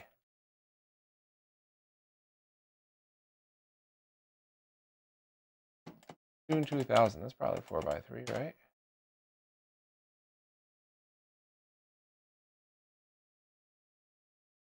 No, it's widescreen. Gotta have 4:3 stuff here.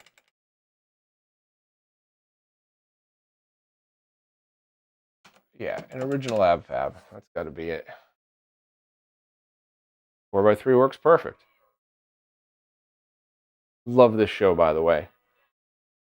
I don't know if anybody's ever watched it, but that episode where the lady beeped at them when they had to drive their own car and they jumped out and started beating her car with their purses, I almost pissed my pants.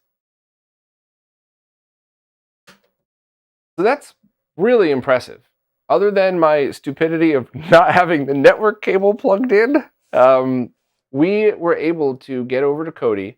All I had to do is switch the themes, and then we just started playing videos on a PVM in RGB immediately. And everything was centered properly, everything looked okay. This is really impressive. Does anybody know if Kodi has, and now I'm absolutely outside the scope of this stream, I know, but I'm a nerd, so please just bear with me here. If I were using the VGA output to like a 640 by 480 monitor, which I could actually show that right after this, would I be able to set the output to 640 by 480 at 72 hertz and have it automatically take 24 hertz stuff and have it smooth motion like that video I did a while back? I have never tried that with Kodi because I've only used Kodi on a regular basis back before I had the proper Oppo Blu-ray player. So I used to use it for 3D movies and stuff like that. And even then, I was only using a 60 hertz display, so it would have been impossible to worry about proper cadence.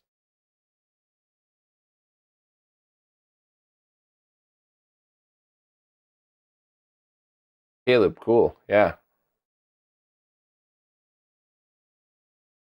I believe it supports different languages. Yeah, Bob. Felipe, exactly. Old ST interlaced cartoons like Astro Boy or He-Man would look cool. Yeah, I don't know if I have any. Let me see.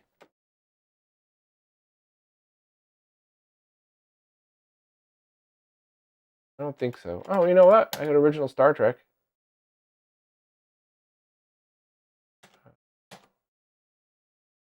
Or maybe I don't.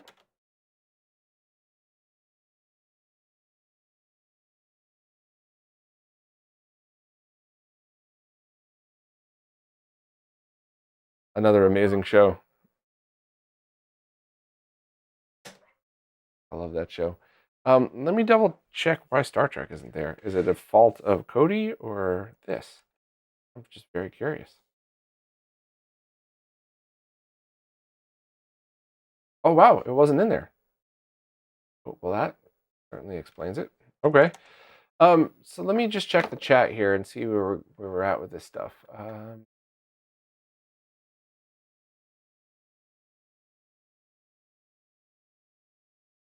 Agreed, Caleb. And not Iota. I'm so sorry. I don't know the proper way to pronounce your name. No, that was definitely not an issue with Kodi. That was just for some reason the files are missing from my server, even though they absolutely should be there. always makes me nervous because I always wonder what else is missing then. But so I'll try the 31 kilohertz stuff in a second. Is there anything else anybody wants to try on an RGB monitor, or can I go directly now to a VGA monitor?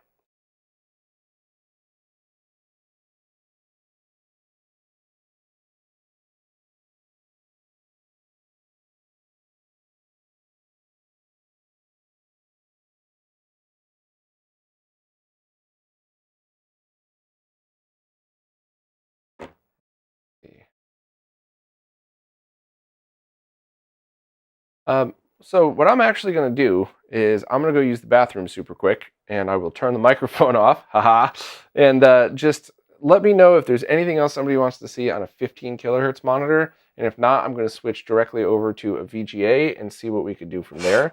But I think we have to go into the menu first, so I'll walk you all through all of that, but give me like 1 second. And no, Felipe, no issues at all that weren't my fault or the fault of just inherently having to use RetroArch, which is not at all to do with the Recalbox team.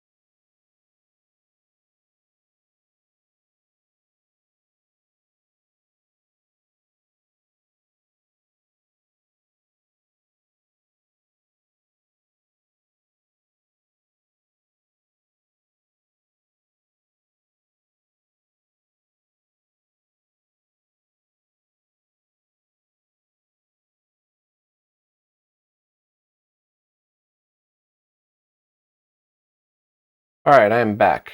Coder kind. Recalbox on the Pi 4 was excellent, but setting up Kodi was a bit of a pain. The only thing I had to do was switch the themes, and once I did that, everything just fell directly into place with no problems at all.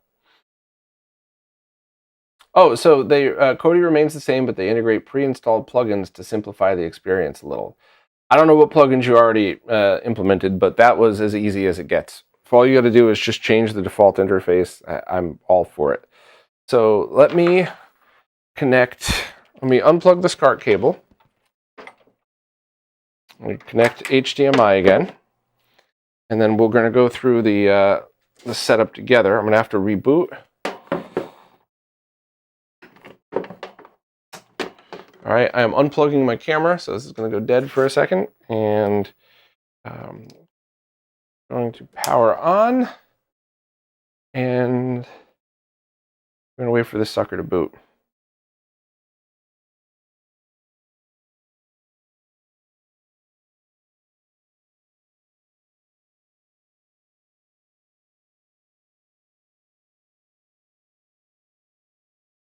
All right.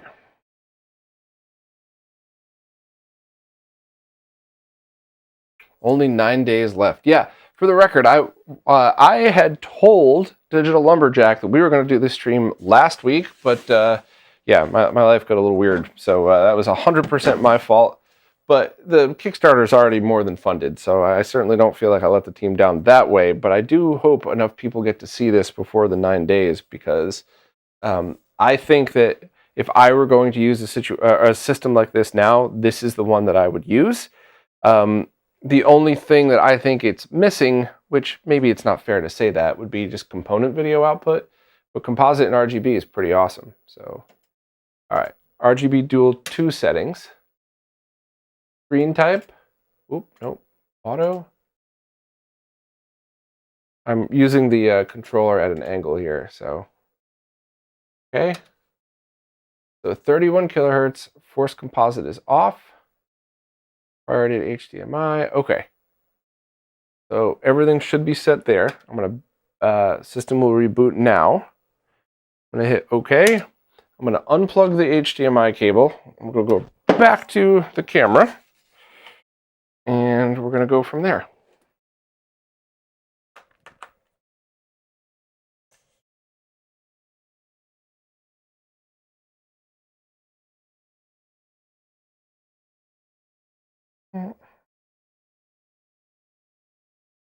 If it doesn't work, we'll know that's why. Okay, standard VGA cable.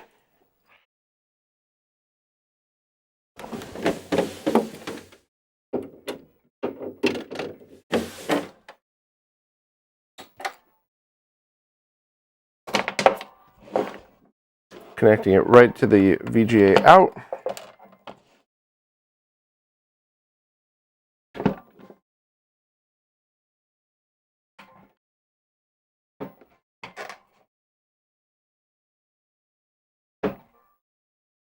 All right, it's not getting a signal. I'm going to plug the composite video cable in just to see if I accidentally did that.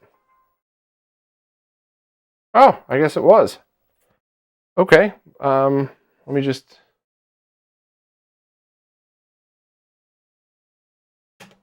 I'm probably standing directly in front of the camera here, but I'm off. I'm back on that RGB monitor, just going into the menu just to change that. So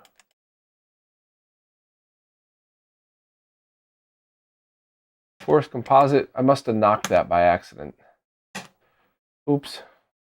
Okay. So unplugging the composite port, now we just have VGA plugged in, and let's see how that works, and I'll get the focus set up once it's booted. Chris, it is. A buddy of mine got this for me, as well as another one, and I love these, both of the ones that he got me. In fact, they were both featured in that smooth cadence video that I was doing.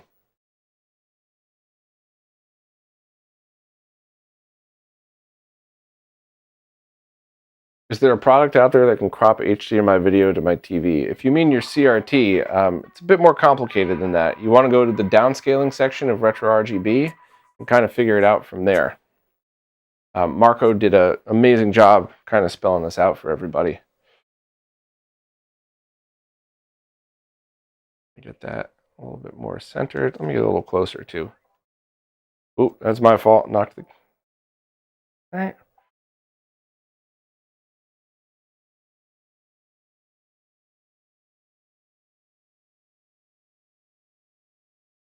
So let's just try this out. I want to do Kodi first. Do a couple of settings.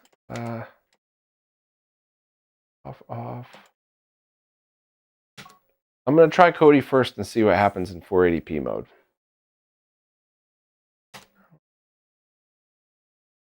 Videos.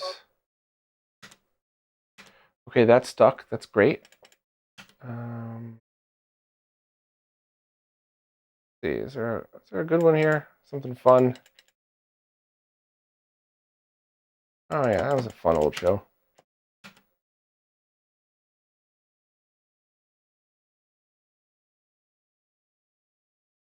Okay. Not sure what happened there. Let's do something again. We did spaced. That worked.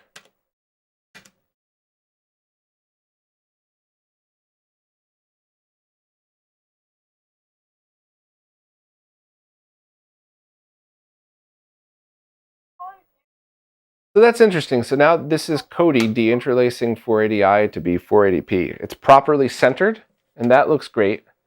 But I do want to see, let me check in the settings to see if you could disable subtitles by default. It's got to be a thing in here. I haven't used this in so long, but...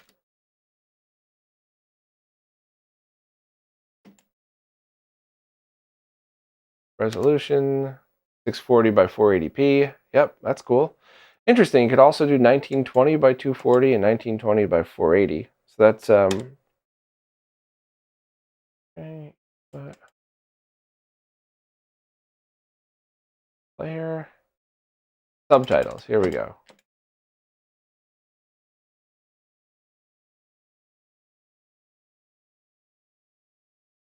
No. Huh. Prefer subtitle language. Forced only. I don't know why that's not default on everything ever. But it's like that for all the apps you get on your Apple TV, VLC player, Infuse, all that. It's by default on. Try this again. Let's try something that's native native progressive scan. Let's just do that. Let's see how it does with the Blu-ray.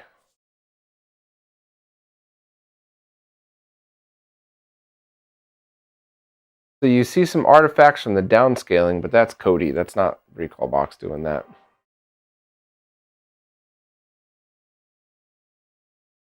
So I think that weird little artifact is really just a perfect example of how you could get 90% of what you need from a Raspberry Pi in a solution like this. But that's why you spend all the money on a RetroTink. If you really just want the craziest upscaling and the most control over everything, you could avoid stuff like that. But I think this also just proves how important these types of solutions are. So that's pretty cool. All right, so let's see. Go back up here. Exit. Can I go? Let's see where exit brings me. I'll give it a minute.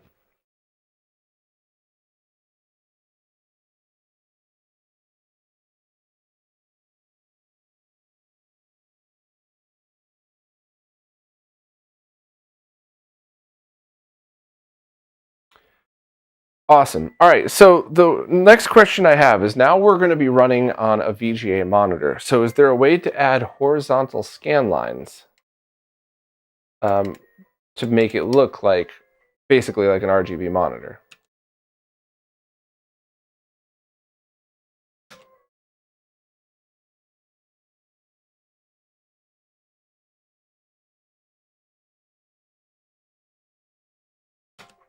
Let's load MK and see what happens here.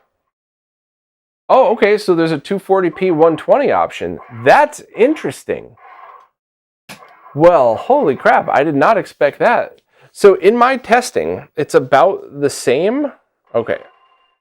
Signal frequency is out of range. Gotcha. All right.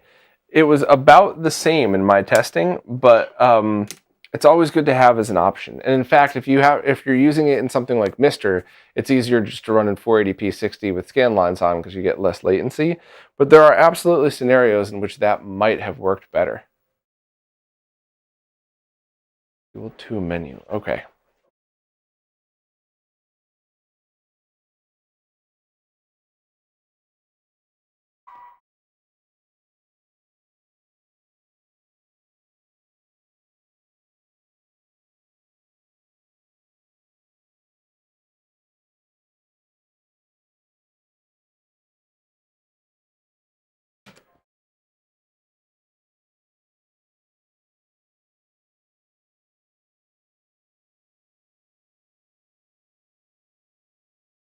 Scan lines for 240p games and 480. Heavy, none, light, medium. Heavy is, I think, the right move for this. But I love it. Let's go back and try MK again. Oop.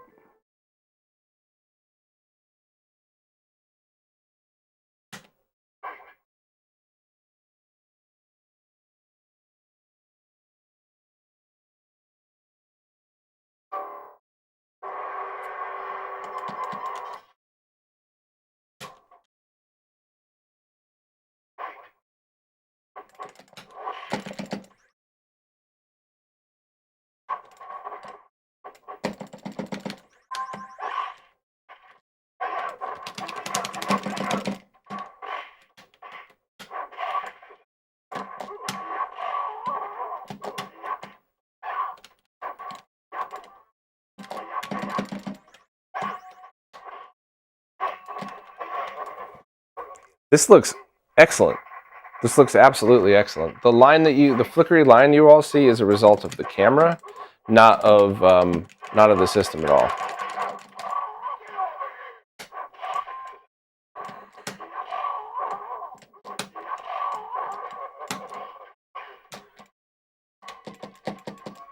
I don't know why that's not working, but let's get out of here. Close content, quit, and let's try it with the run ahead modes on.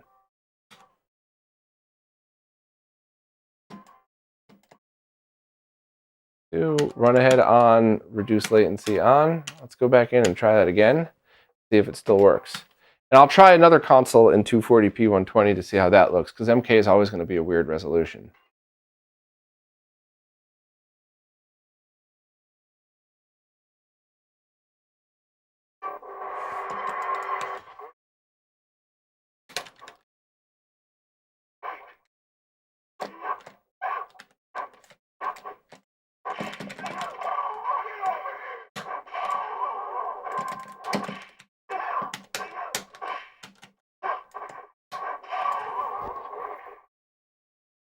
This looks great, and adding run ahead, there's no slowdown, and it does feel very snappy.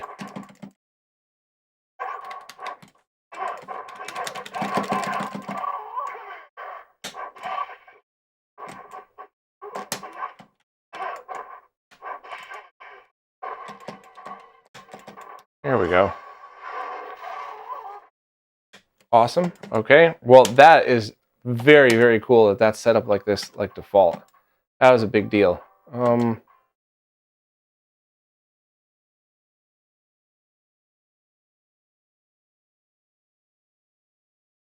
Take it.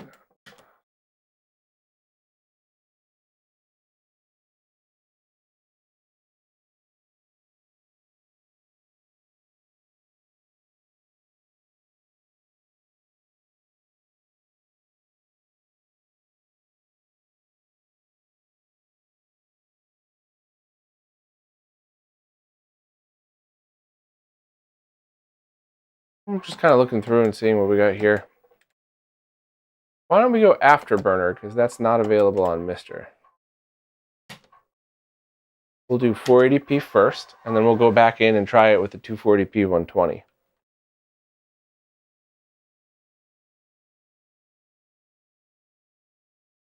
I'll check the chat again in a second.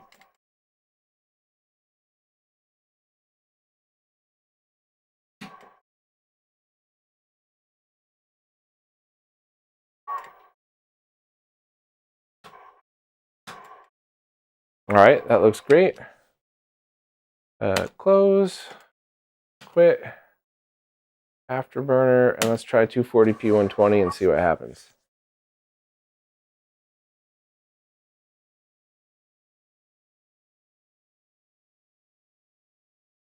So if you notice how everything got off-centered, that's the monitor. That is not at all, that's not Recalbox doing this. And in fact, this is something that I tried to show in that 15 or the 24p video that I did. Let's see, connector.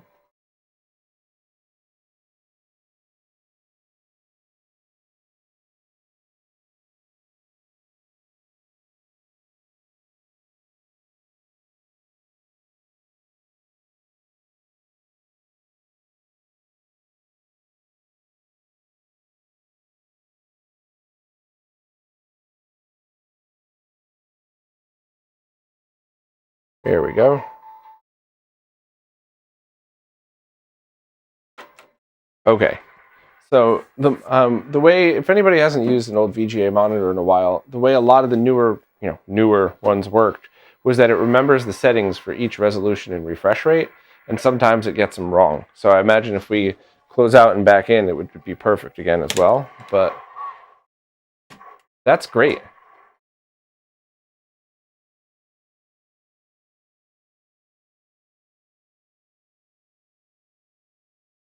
I mean, this really does. We are looking pretty darn close to a RGB monitor here on this. But let's start it again just to see. Content, quit. Let's do it again in 480p.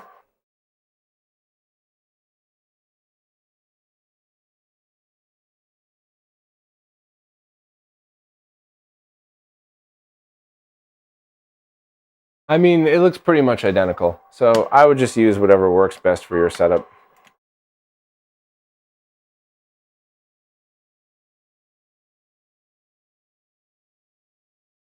I don't know if there's any latency difference by going to 120 hertz or not. But I imagine not, because with software emulation, you're rendering it this way. Whereas with hardware emulation, like Mister, it has to add a buffer to convert the signal that's there. But let's just see one more time anyway.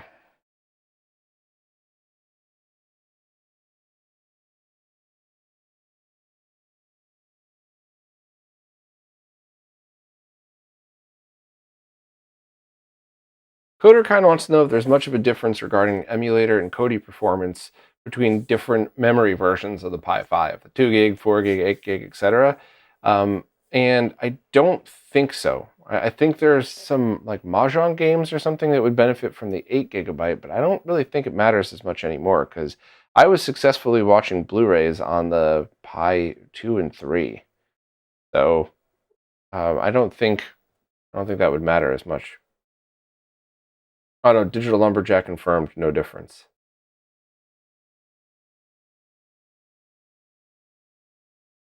All right, so is there anything else anybody wants to see? Because my conclusion on this so far is this is absolutely awesome, and it's totally what I would want for if I was going to use a Raspberry Pi. This is what I would use, for SCART and for VGA. Now, for VGA, you could just use an HDMI converter and set it to 480p 60, but then you lose all of these cool features that you have built in here, like the automatic scan lines, the 4K 120. So if you're on a budget, by all means, start with that, but you're going to be doing a lot of tweaking and messing around, whereas with this, you basically just plug it in. I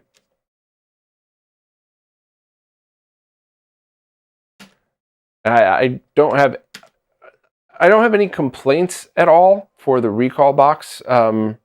For this adapter itself, the RGB Dual 2.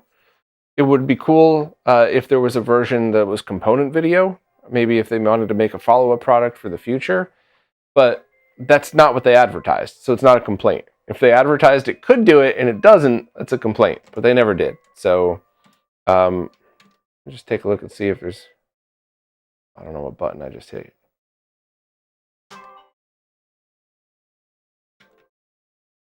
Uh-oh.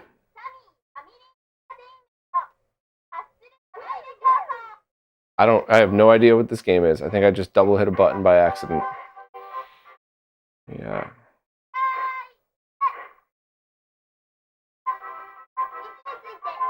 I have no idea what this is. I bet you Beast would know. Yeah, I'm just going to close that.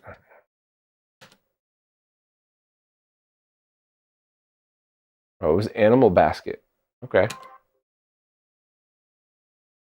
All right, so this is good. So I think this is a vertical shooter.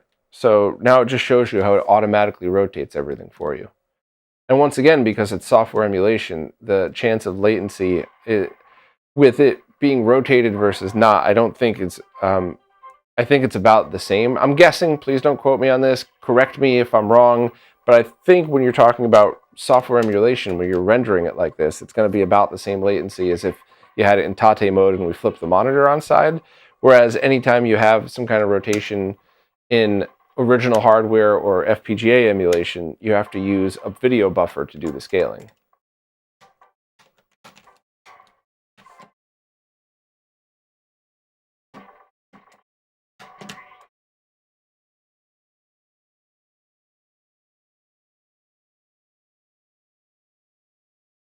That's pretty cool. All right, I'm going to check the chat. James, looks like there is a learning curve, but this seems way better than the last time I used a Pi for emulation. Well said. Absolutely well said. How does it handle PS1? Thank you for reminding me that.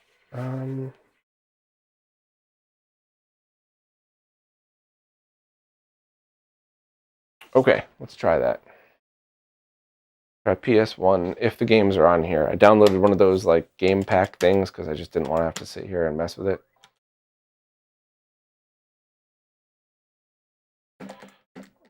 I try not to get dizzy watching this scroll by. I'm just trying to get through it real quick. Wonders one.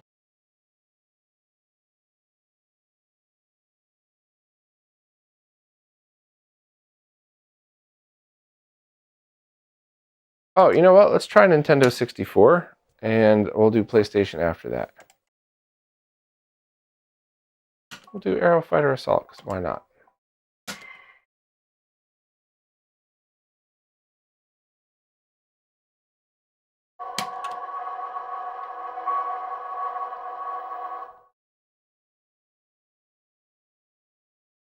Not getting any video at all. Try a different game.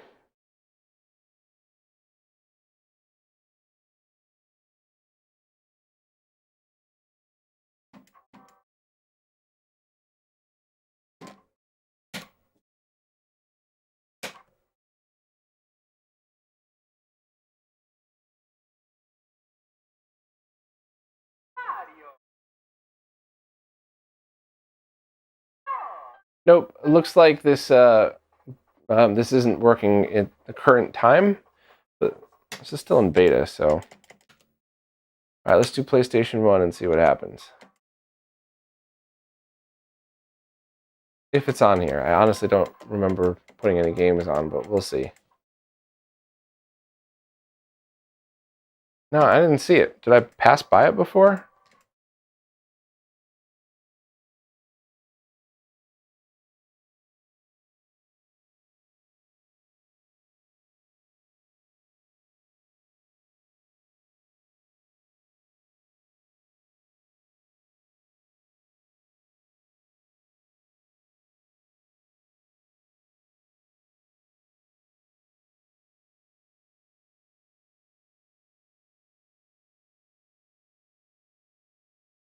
I must not have any games for it.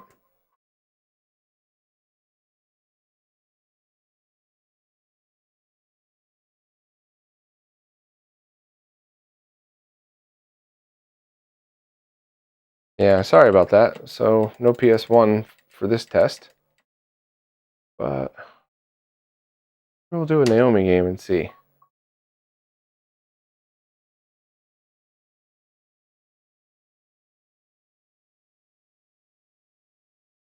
The previews are pretty cool, you gotta admit.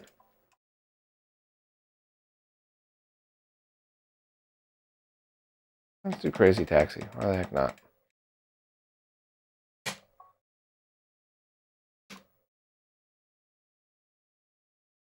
This is a good test too, because it's a native 480p game, and there are no scan lines added, as there should not be. Perfect. Okay.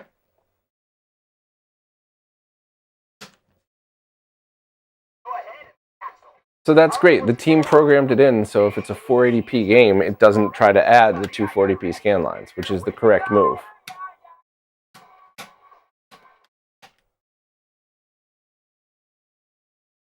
I just crashed it.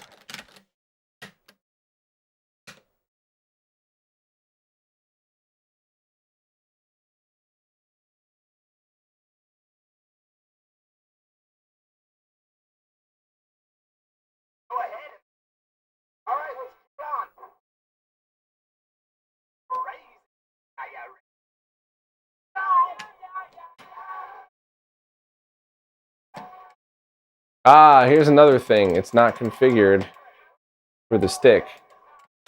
I wonder if that's a result of the fight stick I'm using or not, but I could try a different game.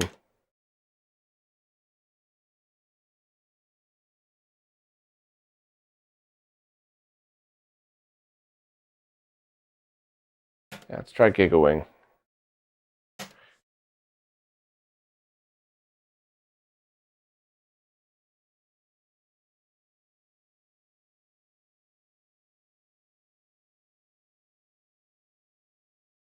Oh, there's a bug for Naomi. It just runs well on the Dreamcast. Okay, cool.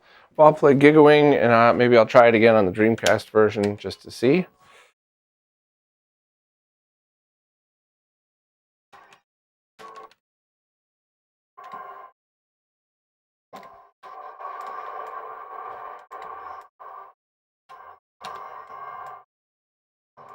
Try to find just fire. There we go. That looks smooth. That looks real smooth.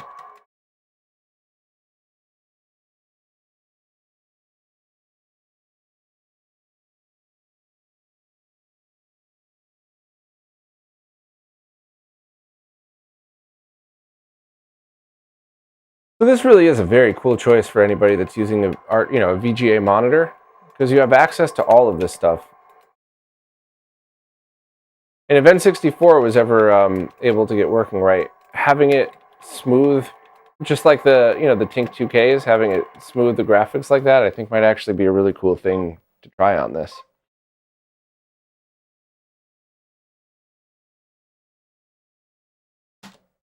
All right, so I'm pretty much wrapping this up. Is there anything else anybody wants to see that's here that we could test together?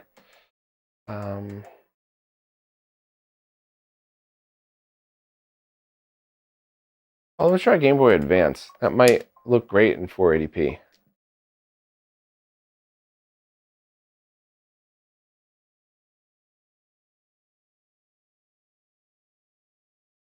There's a lot of games on here, aren't there?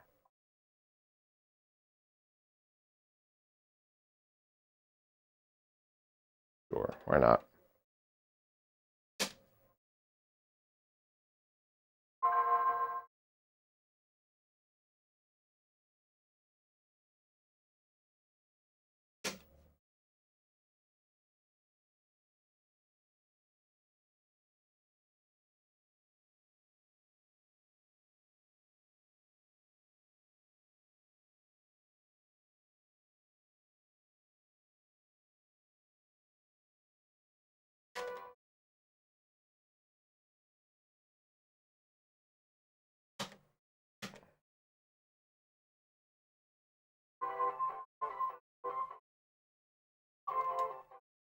Yeah, this is definitely having some kind of like fill the screen option going on.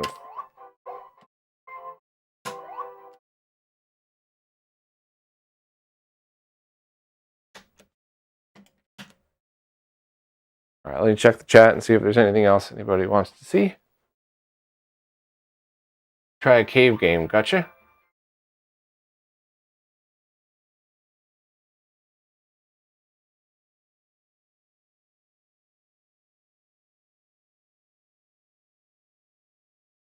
All right.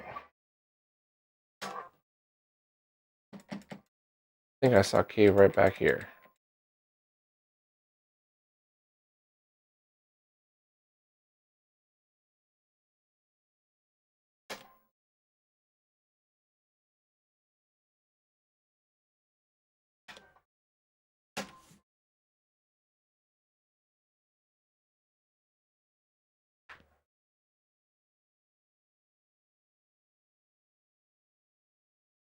The thing over.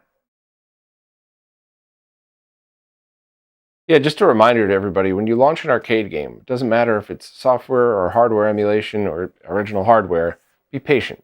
Because remember that the emulation is trying to be the same as the original. So it goes through the checks, which you could mostly skip on some of these. But so like when I just hit launch and it went black for a while, it probably would have done that on original hardware. So don't worry.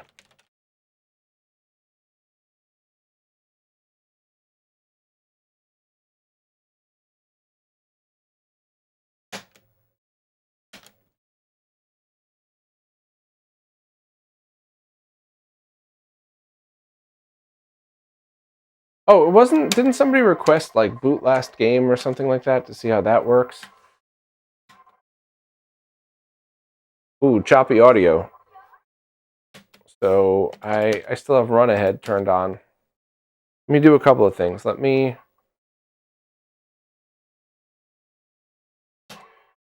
add it to favorites. Let me go back and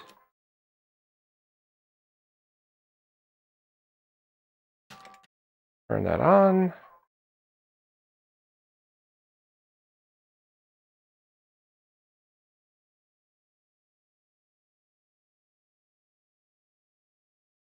What was that other?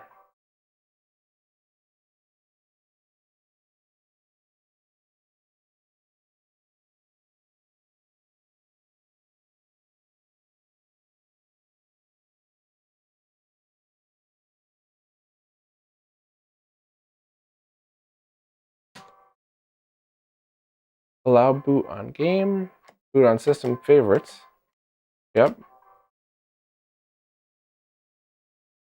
Boot videos. I'm going to turn those off just to try and speed it up. Allow boot on game. Okay, let's see what happens here. I'll go back in and play that cave game again, and we'll see if it still stutters with run ahead off.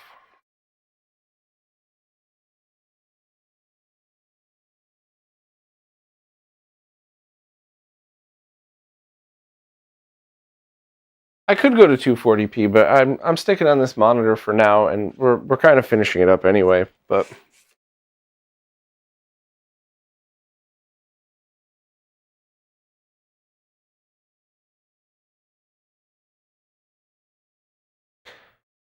Digital Lumberjack, would you mind letting everybody know what the expected delivery date for this would be? So if somebody goes and buys this right now from the Kickstarter, what's the current updated delivery date?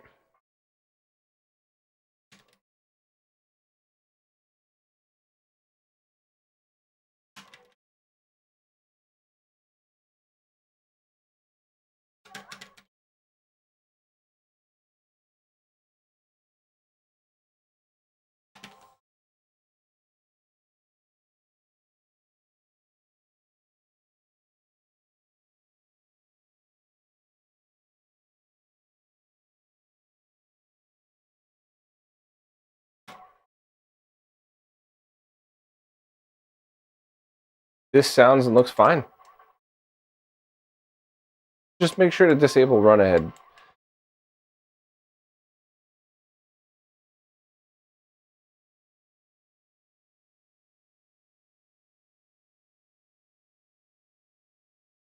Yeah, this is smooth so far.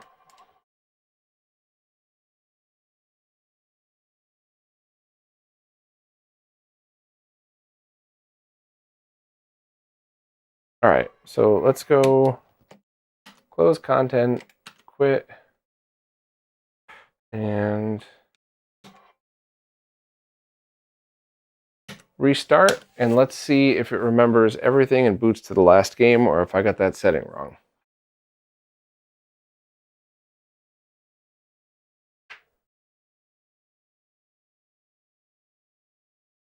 So looks like these are shipping depending on which item you back in either July or August, which I think is pretty awesome. So that's fairly quick, all things considered.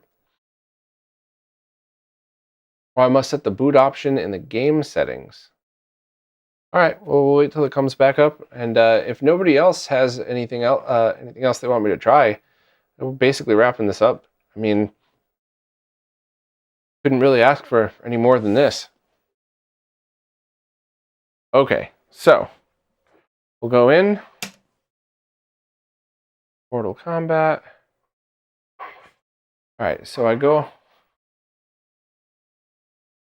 on the game, then start, then boot this game on. So start.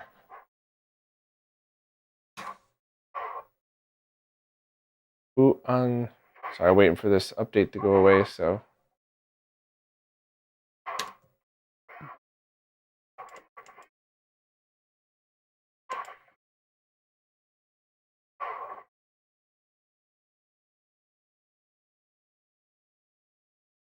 And I assume then if I then selected a different game, it would just overwrite, and then the different game would be the one that started.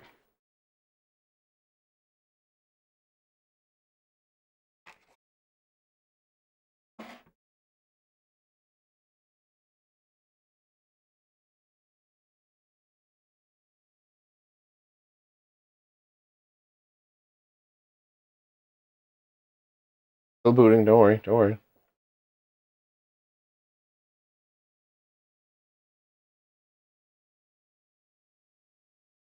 Ah! Love it. That's perfect. And then if we close content, quit, goes back to the menu. So that's cool. It skips loading everything and goes right to it. That's pretty quick. That's actually something that's kind of important. So I'll go into the favorites. And I'll go back to boot on this game off. Now we just go into the favorites.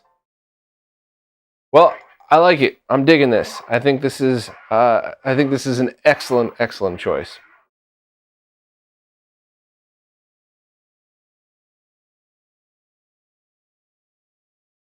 So anything else, Digital Lumberjack, that you want me to show people on this? Any other options? Because I think this is just a solid choice for people who were looking for an analog solution for the Raspberry Pi 5. I don't know. I think it does everything that I would want it to do. Do you still have a JAMA version that you're selling? Is the JAMA version also working with the Raspberry Pi 5? And what's next? Basically, anything else you want to tell people before we get out of here? Some SNES games in 120 hertz. I could try that. I think you all know which SNES game I'm gonna try though, just for the hell of it.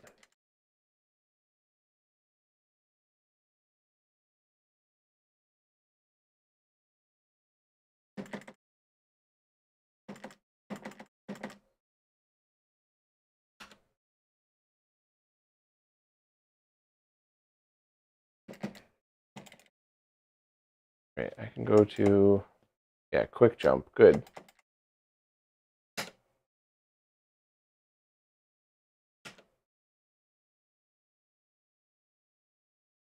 Hot. All right, 240p 120.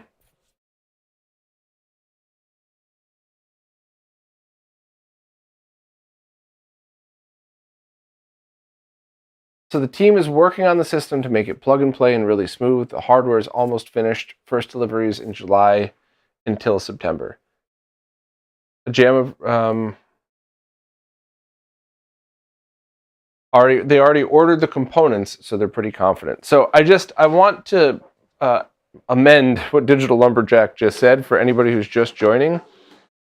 This is the hardware. This is not some prototype that doesn't work. This is the actual hardware, that's going to be updated and tweaked. So if you're backing this, you're not backing an idea. You're backing an actual working product. They're just continuing to tweak it and make it better. So I just wanted to make sure I made that point to everybody because, it's just that stigma when you go on Kickstarter, right? Does somebody just have a really good marketing person that comes up with these great ideas, or do you actually have a product? And they actually have a product.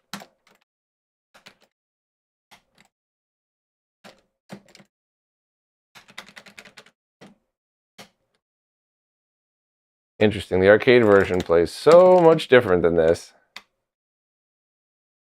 Still a great port, all things considered, though.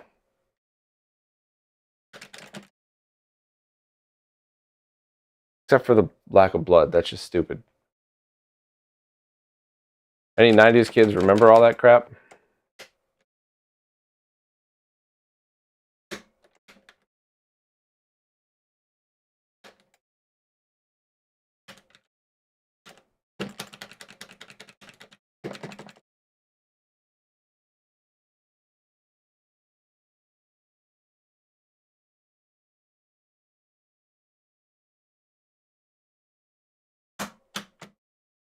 Oh, see, I was used to having it mapped the other way.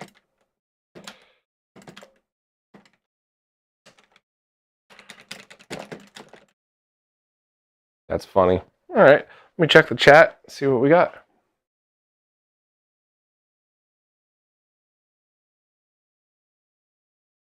All right, I think that's basically everything then. I'm a fan. I like it. I can't believe I'm saying this, but this whole having to go through RetroArch to do a lot of stuff isn't nearly as bad as it used to be. Let me just double check any other things.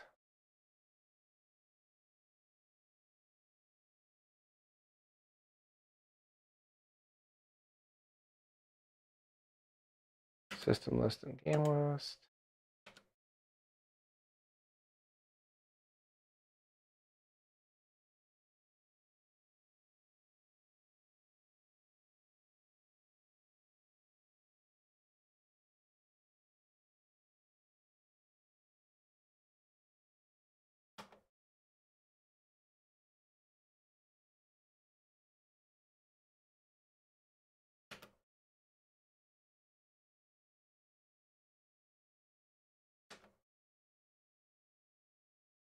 Okay, so you could change different themes and stuff like that. That's pretty neat.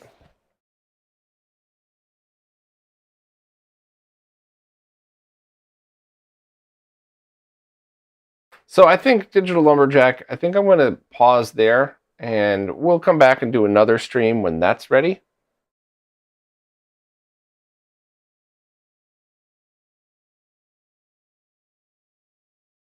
Okay, CPS3, like Third Strike, try to do a button config.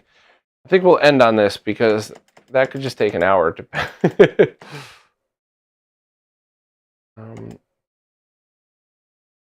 Wait, was that PlayStation?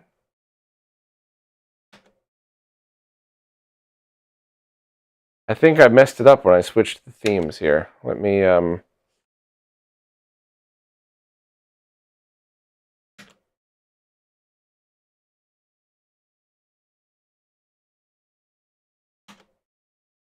Okay. Yeah, all right. So we go...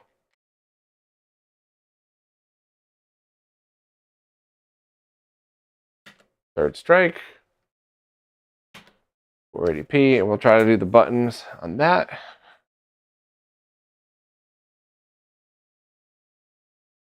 Yeah, I wanted to change the themes just to see, because the default isn't my favorite, but nothing wrong with it or anything.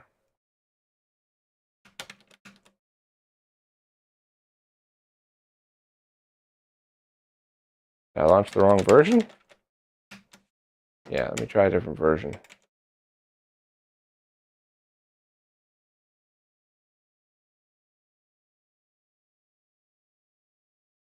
Let's try this.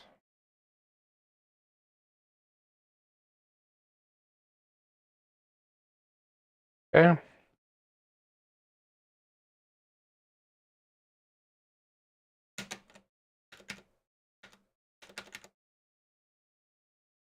All right, so controls, port 1 controls.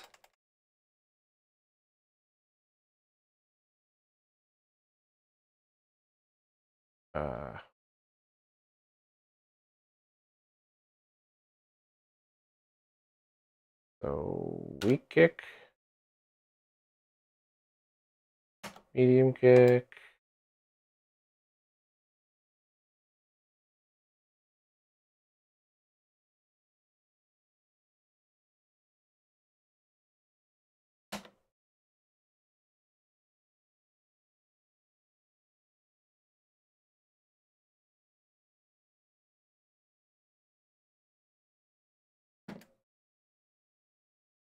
So I think it's the same. You would adjust it through here.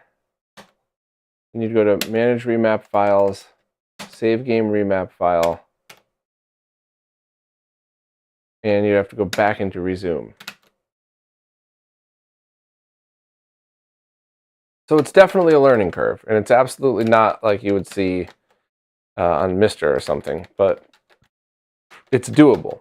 It's actually doable this time. As long as you have the hotkeys done right, and as long as you understand that when you go into the menu, if you keep hitting back, you get here, which makes no sense. If you keep hitting back, you should just go back to the game. But when you're at this point, you have to go to Quick Menu and then Resume to get back into the game. But that's not a Recalbox thing, so I'm not going to make you all watch me play Third Strike. I'm really bad at it.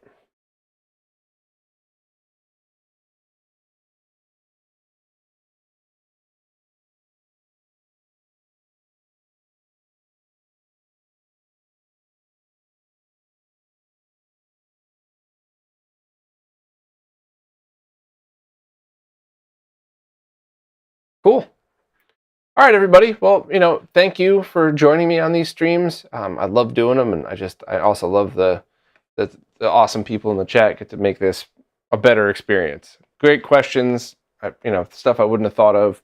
And of course, thanks to Digital Lumberjack and the Recalbox team for sending me one of these things to test.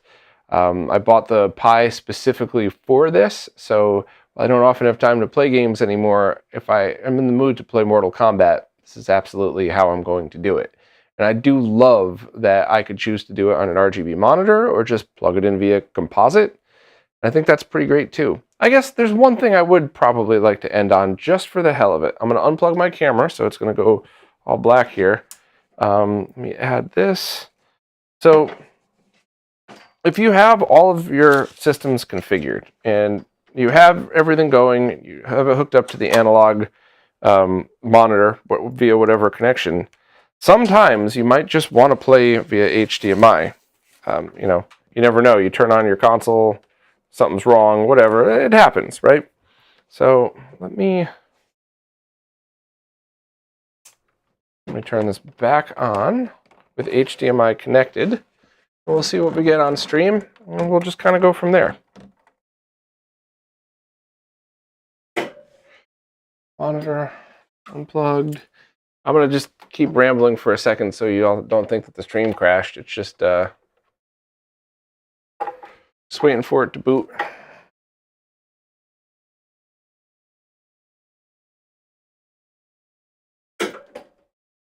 Should be booting. We should be getting some kind of signal here any second. Did I plug it into the wrong? I may have plugged it into the wrong video port. Let's try that again.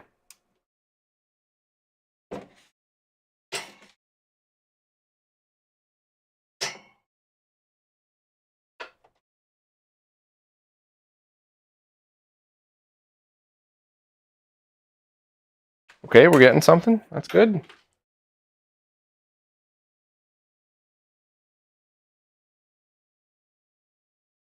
So for anybody who didn't see the other part, if you need to make any changes, or if you've made any changes that screws things up. So let's say you accidentally set it to boot into 480p, but you're only using composite video. You just plug it in via HDMI, and that's how you'd be able to get it all set. But let's just see. So let me...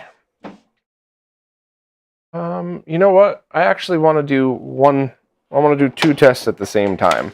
When I first started messing with it, I tried to power it from that USB hub that I had, except I don't think the power was actually plugged in all the way.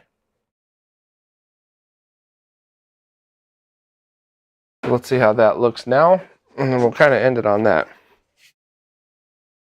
It's going to work or not. We'll figure out in a minute here.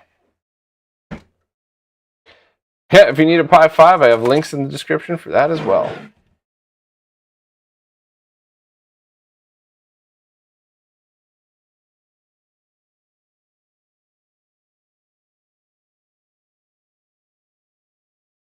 Okay.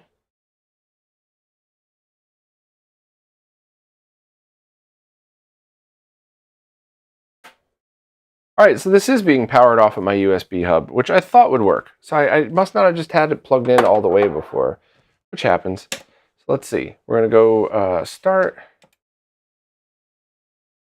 I'll turn up the volume on the capture card as well, just a little bit though. But let's go in. Oh yeah, that's right. Box. I'll just do a quick Mortal Kombat round through the OBS window with all that enabled, just to see. So while you obviously would buy this for use with analog displays, it just kind of, oh, it's got that crap in there. Okay. Not the experience I'm going for here. This is terrible.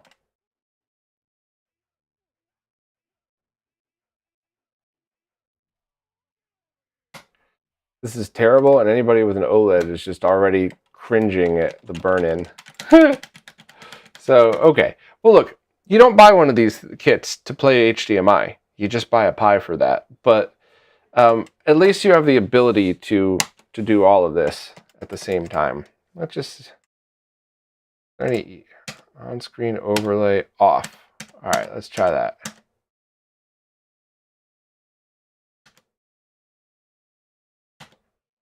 Yeah.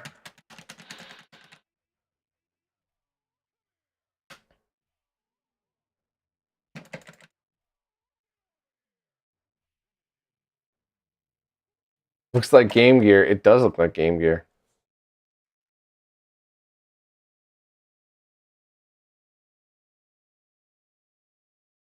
All right. Well, I'm happy with it. I think it's great. I'm going to write up a post about it. And yeah, thanks to everybody for hanging out. And I will follow up in the future when a new feature is added that I don't even want to call it out now because it's a big deal. So I'll just show it to you when it's ready. But yeah, this is awesome. I definitely think this is what I would use and would buy if I wanted to use a Pi for basically anything. And I think the Kodi stuff is going to be really interesting. I guess I'm going to have to talk to people in the Kodi forums or Digital Lumberjack, if you could help with this too in any way, about seeing could it possibly do 480p 72? or even higher resolutions in VGA mode, like 1440 by 1080 at 72, and automatically do the inverse telecine and stuff like that. But that's a Kodi thing. That's obviously not a Recalbox thing. But if it's something that is possible, I would love to show that in the next stream that I do, because that could be a pretty big deal for people that want to watch older content on VGA monitors, because at the moment, to do that reliably requires a lot of hardware. So awesome. But cool. I'll talk to you guys soon, and thank you all very much.